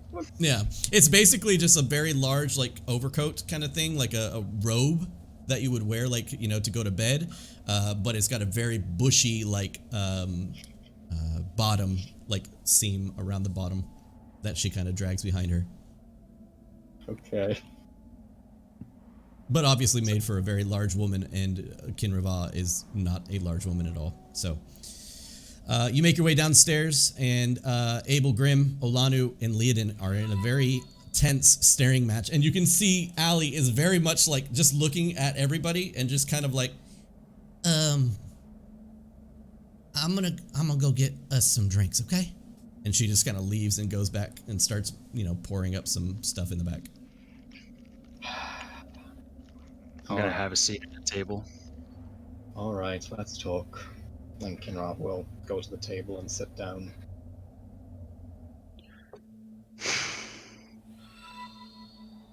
Lana kicks herself up off the wall and goes to have a seat. You hear like the crack of wood beneath her foot as she pushes off the wall very angrily. I'll stand up and I'll reach down to give Leodin a hand to help her up. No, thank you. I'll sit back down. Layden, would you please join us? know.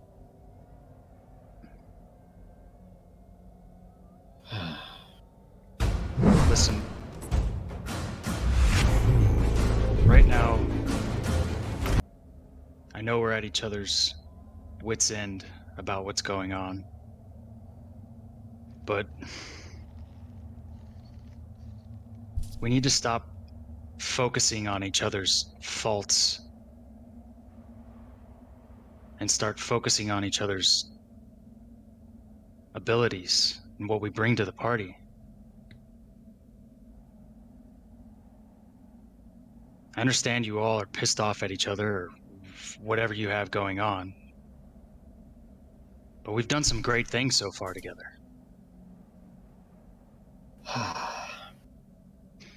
Kinrava, before you say anything,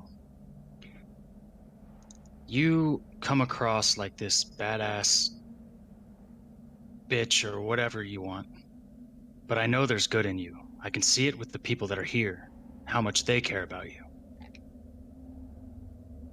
I don't intend to come off as that, but okay. But look, before anything else,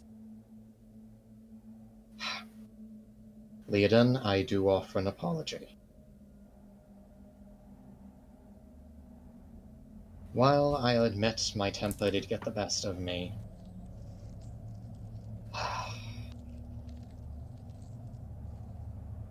I can understand why you do what you do. The reason I reacted with as much vitriol as I did, including the rope, it's because you remind me an awful lot of what I used to be like.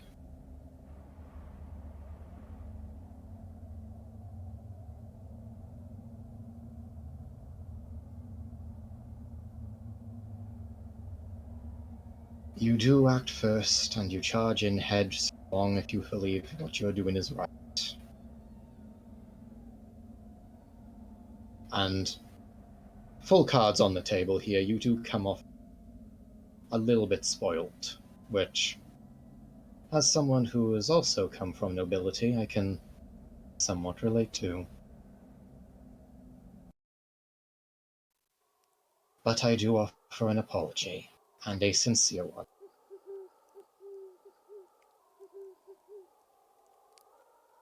Would you like to join us at the table so we're at least not talking to your back, please?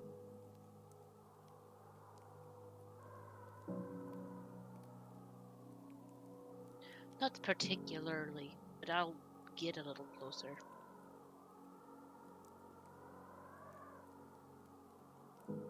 I stand up and I just sit at the table that's like right next to it, but still on the other side of the table.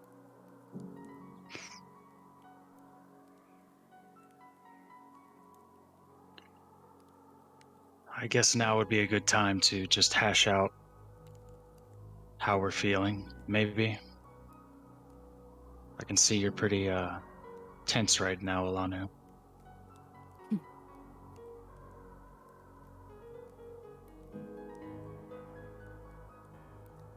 You're a grown woman. You act like a child. You almost got yourself and someone else killed today. You almost could have gotten all of us killed today. But you don't care. You think you're the one that was slighted. You weren't the only one face down in the snow. But you don't seem to care. She does. Does she? She does.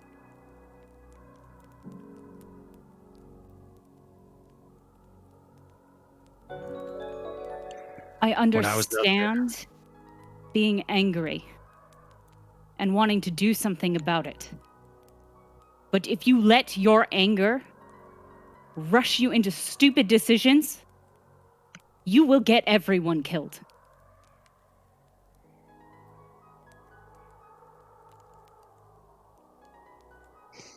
That was for the one earlier today. But this last one is completely inexcusable. We You could have mean the avoided one all where of you that. told me I was allowed to go up there?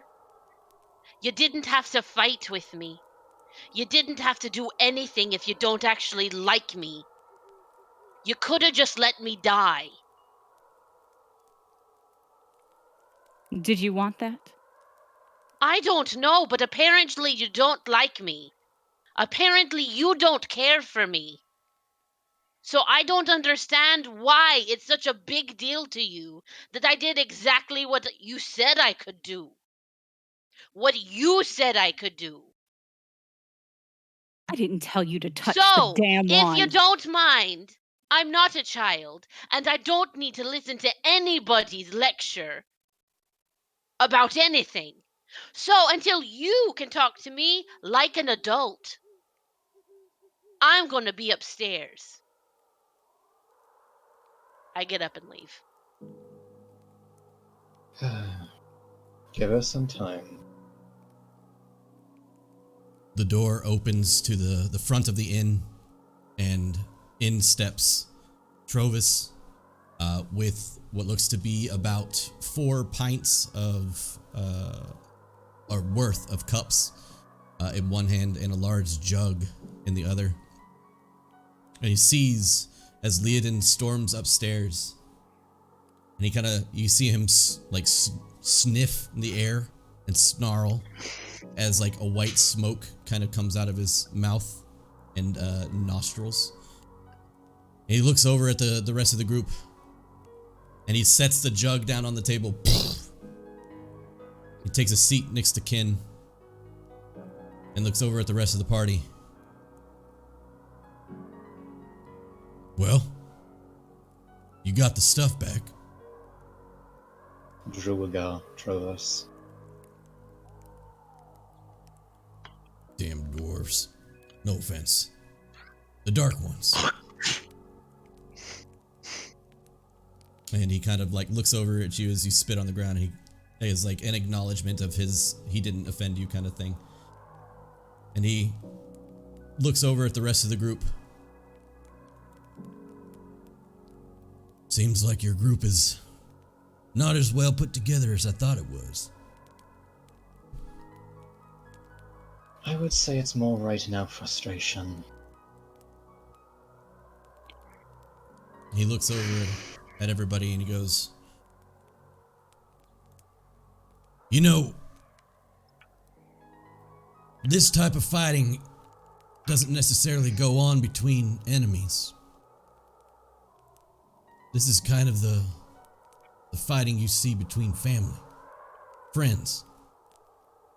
One person may not be acting or doing what the other want, but at least you know that in the end, they're not going to go against you. They'll still be there. They'll find themselves. It'll take time, but they'll find themselves. And he looks over at Ken and he goes, you know, you and I, we were at each other's throat for a long while. And he looks back over at the group. That doesn't mean that you give up on the other person that you're arguing with. That means that you fight harder. That means that you work with them until they understand that even though you're arguing, you're truly out for the greater good.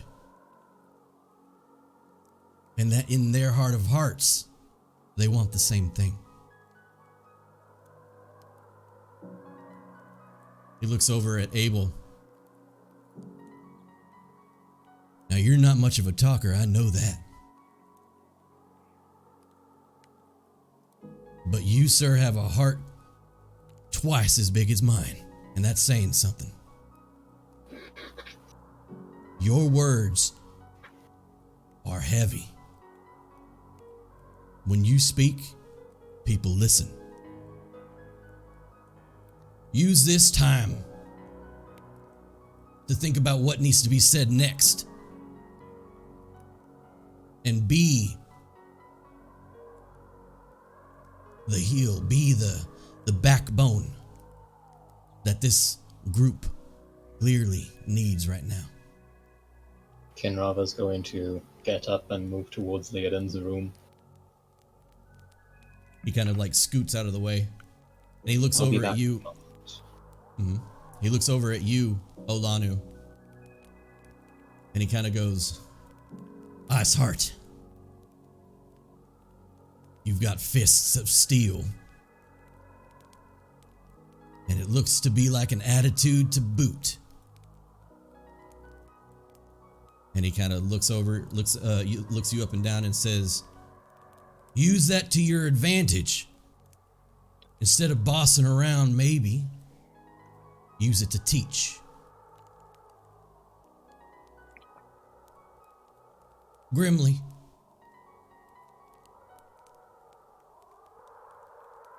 you seem to be on par for the course, it looks like. You seem to be the mediator here. I've seen this before. Like I said, I was an adventurer back in my day. I've been there. I was just like you. And he looks over at Olanu. Nobody liked me. I was the one that told everybody the truth that nobody wanted to hear. But damn it needs to be said from time to time.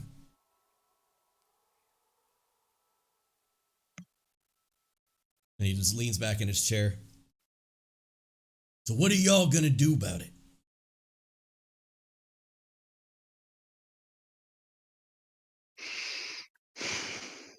You know, I've spent most of my life alone. I haven't really had anyone to protect. So seeing everybody in this state is hard. I lost a friend once, but I don't want to lose you guys. I think that we need to try to move forward.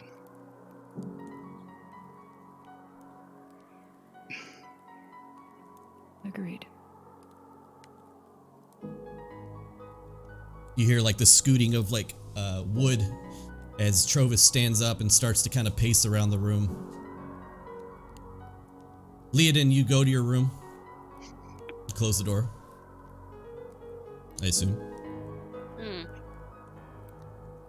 What are you doing? I am just sitting there and playing on my mandolin just to keep me distracted. Can you approach the doorway? As you approach the doorway, you hear the subtle tones of the mandolin being plucked. She'll knock on the door.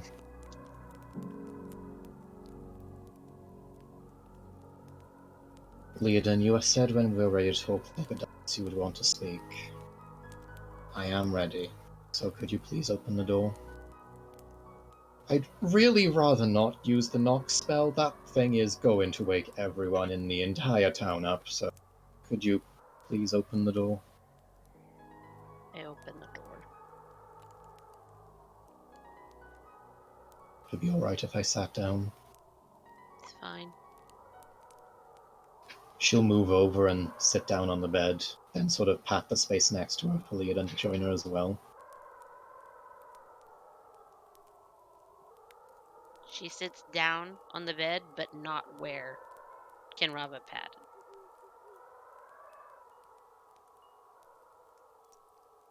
You know, despite what many people may think, I did have a history with Trobus before Cape Koenig. Red hair isn't usual for my kind.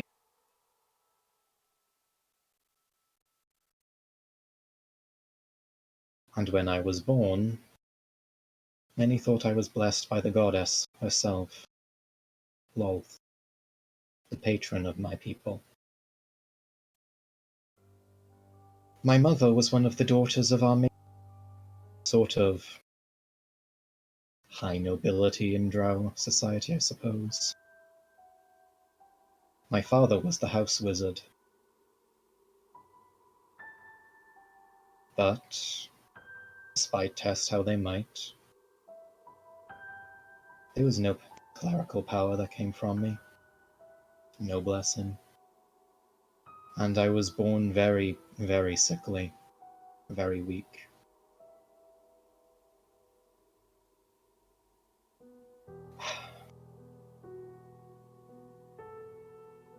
After that was discovered, they decided that I was no longer useful. They sacrificed my mother to the goddess for bearing birth to me, and my father took me under his wing.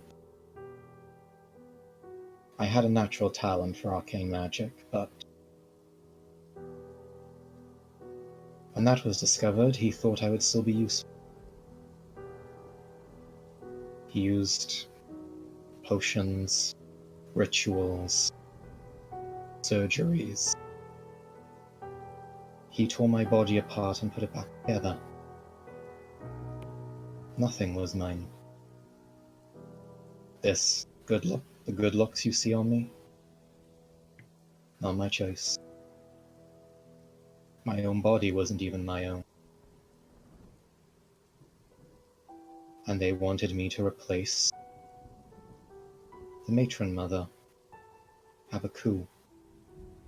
And with me, when I am placed on that, believe it or not, they have thrones, so yes, on that throne, my father wanted me to be a puppet for him and the males of.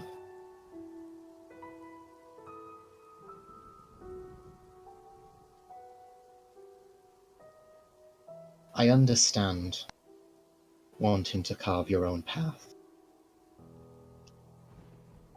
And when I was finally able to get away from all, well, I say get away. I was thrown away. But when I was first free, it was almost suffocating, terrifying. I realized I could do anything I wanted to. And in doing so, it led to so many mistakes.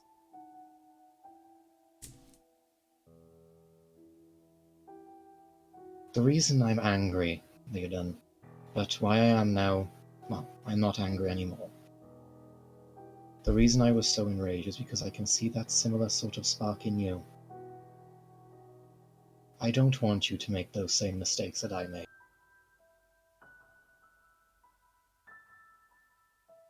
So, once again, I do apologize. And you are very skilled. And despite Olano's frosty exterior, she does still like you. Many of the party do.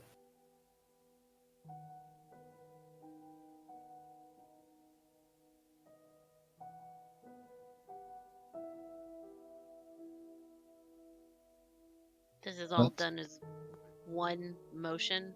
I just can't say it as one motion. Yeah. I set my mandolin down and hug Kinrava very hard because her story is very sad and Leodin doesn't think she's ever gotten a hug, just a hug with nothing expected in return in her life. And so she just felt like she needed it.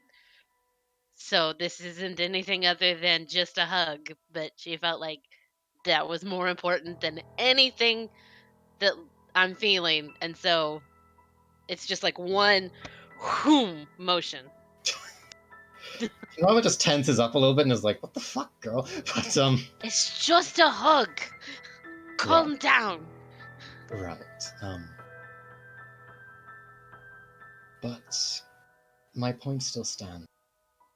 I'm not rash, and I'm not irrational. You aren't I was irrational. never allowed to have freedom, even though it looked like I did.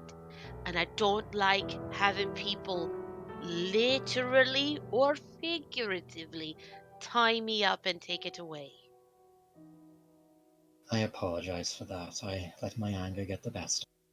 And also, we're never gonna get anywhere doing anything or have a great story for me to tell later if we just sit around and talk about it for 20 years. You're not wrong. But we also need to survive to tell a story, Leodin. And we did. Barely.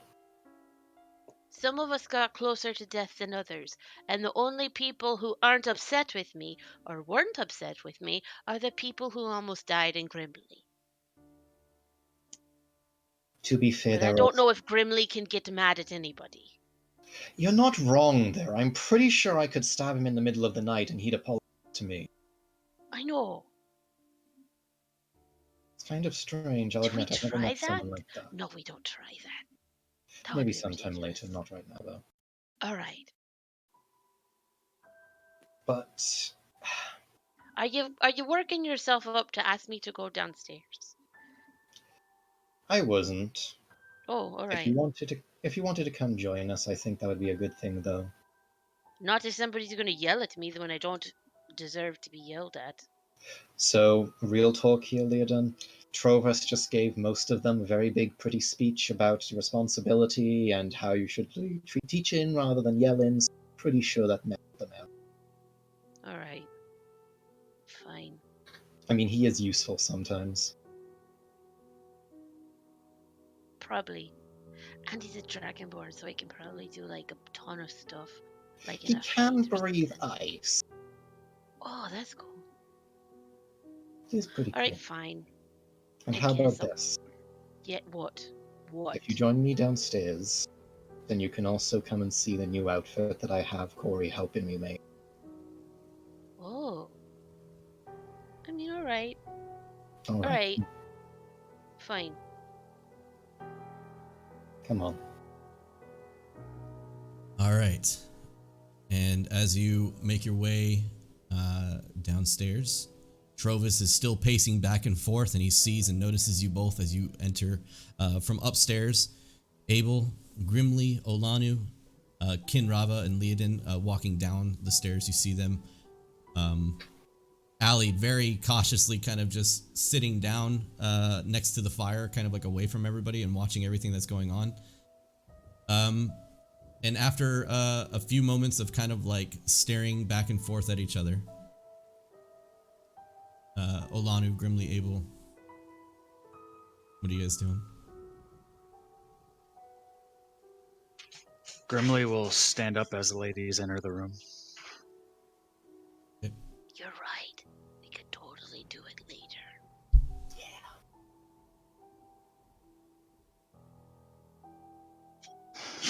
Everybody okay?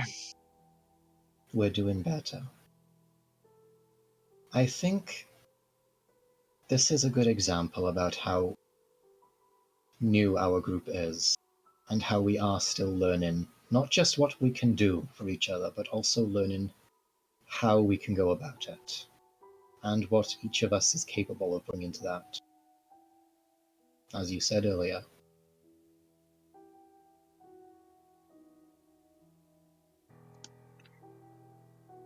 So, will you have a seat with us, Layden? Sure.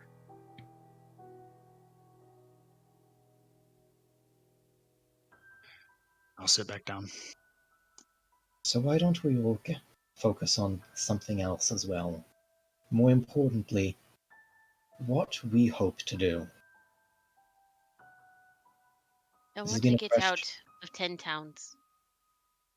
You know, for that I can actually agree. No offense to anyone living here. It is awful here. I want to get out of this area. I've never been in one space for so long in my life, and it's starting to drive me crazy. You know what I want? I want to fix 10 towns. Those How do you would. Okay. I want to rid this land of this winter.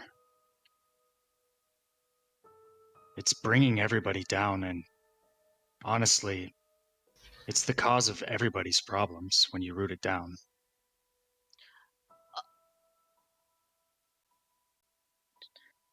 Yes, I agree it's the cause of most problems, but there is a whole town that allows pickpocketing. But yes. And that's what I'm saying. You just said it more eloquently. I just want to get out. It's cold. And I've not Maybe, seen my parents in a while. Abel, Olanu. I was charged by the spirits to end the rhyme and save the Akhenaten. Because I want to save my people. I miss my parents as well, Leodin, and I want to make it back to them. But I have to end the rhyme in order to do that.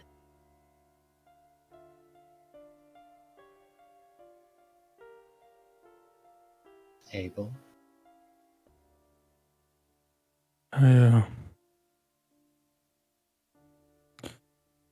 I left my home to bring back the sun. There are people there that I need to keep safe. I have a pregnant wife. I need to make this place safe for my future children. And I made a promise to them that I would come back. Looks like you're out of luck, Ali. No, she already knew. Oh, okay. Fair enough, fair enough. She like kind of just puts her head like down further as if like she doesn't want to be noticed.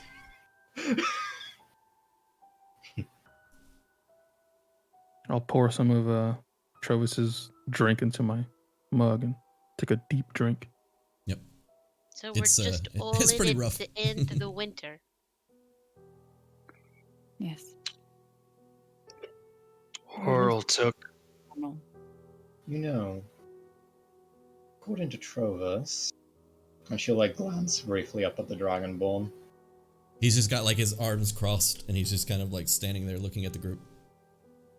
According to some stories he's told me, most groups tend to, well, apparently groups tend to choose a name for themselves after they've just made a decision to stay together. Did we just do that? I think we just did, dear. What are you gonna call yourselves? We all Well, it want it. seems like most of you here want to end.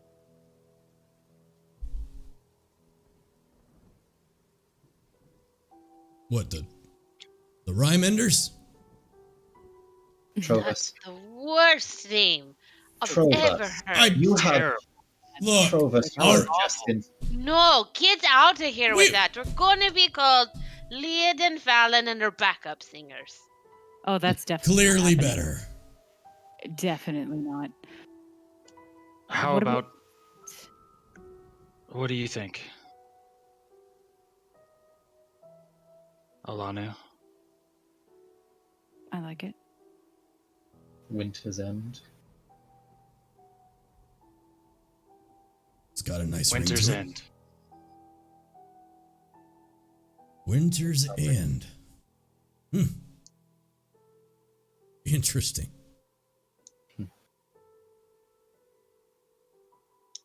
All right. Winter's End it is. Hey, Oh, Allie. Go outside and get me them paints. thanks. Oh no. Don't worry about it. He kind of gives you guys a wink. Worry about it later. Okay. But it does seem to match the goals of many of us, so I'd say it's a good pick.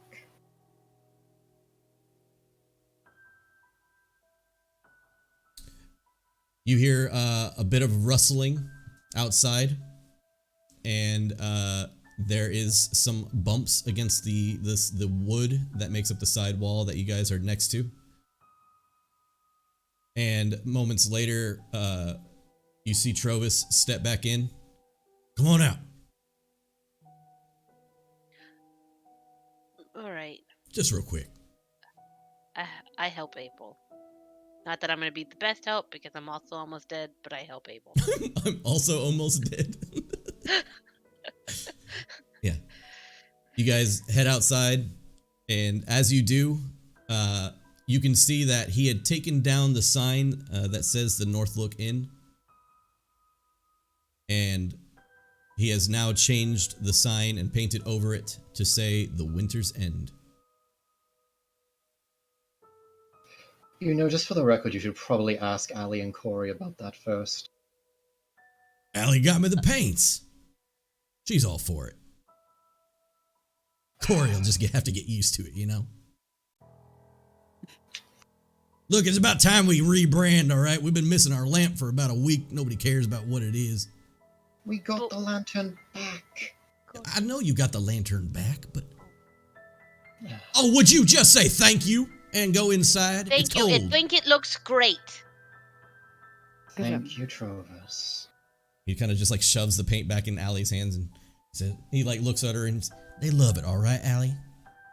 And then she kind of goes and puts the paint back and they walk back inside.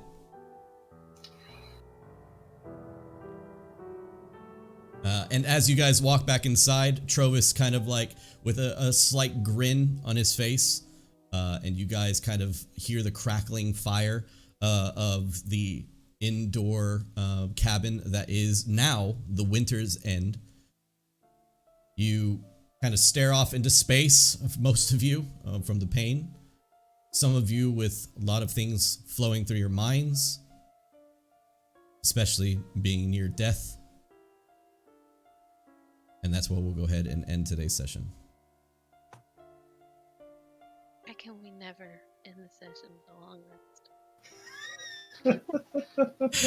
And on that note, if you're watching on YouTube, thank you very much for sticking through today. It was a little bit longer of an episode, but it was worth it. Had some amazing role-playing. Whew, it got intense there for a little bit, but it very much paid off in the end. And for everybody that is still watching, thank you very much. We will see you next Saturday. Keep being your best self. Bye, guys.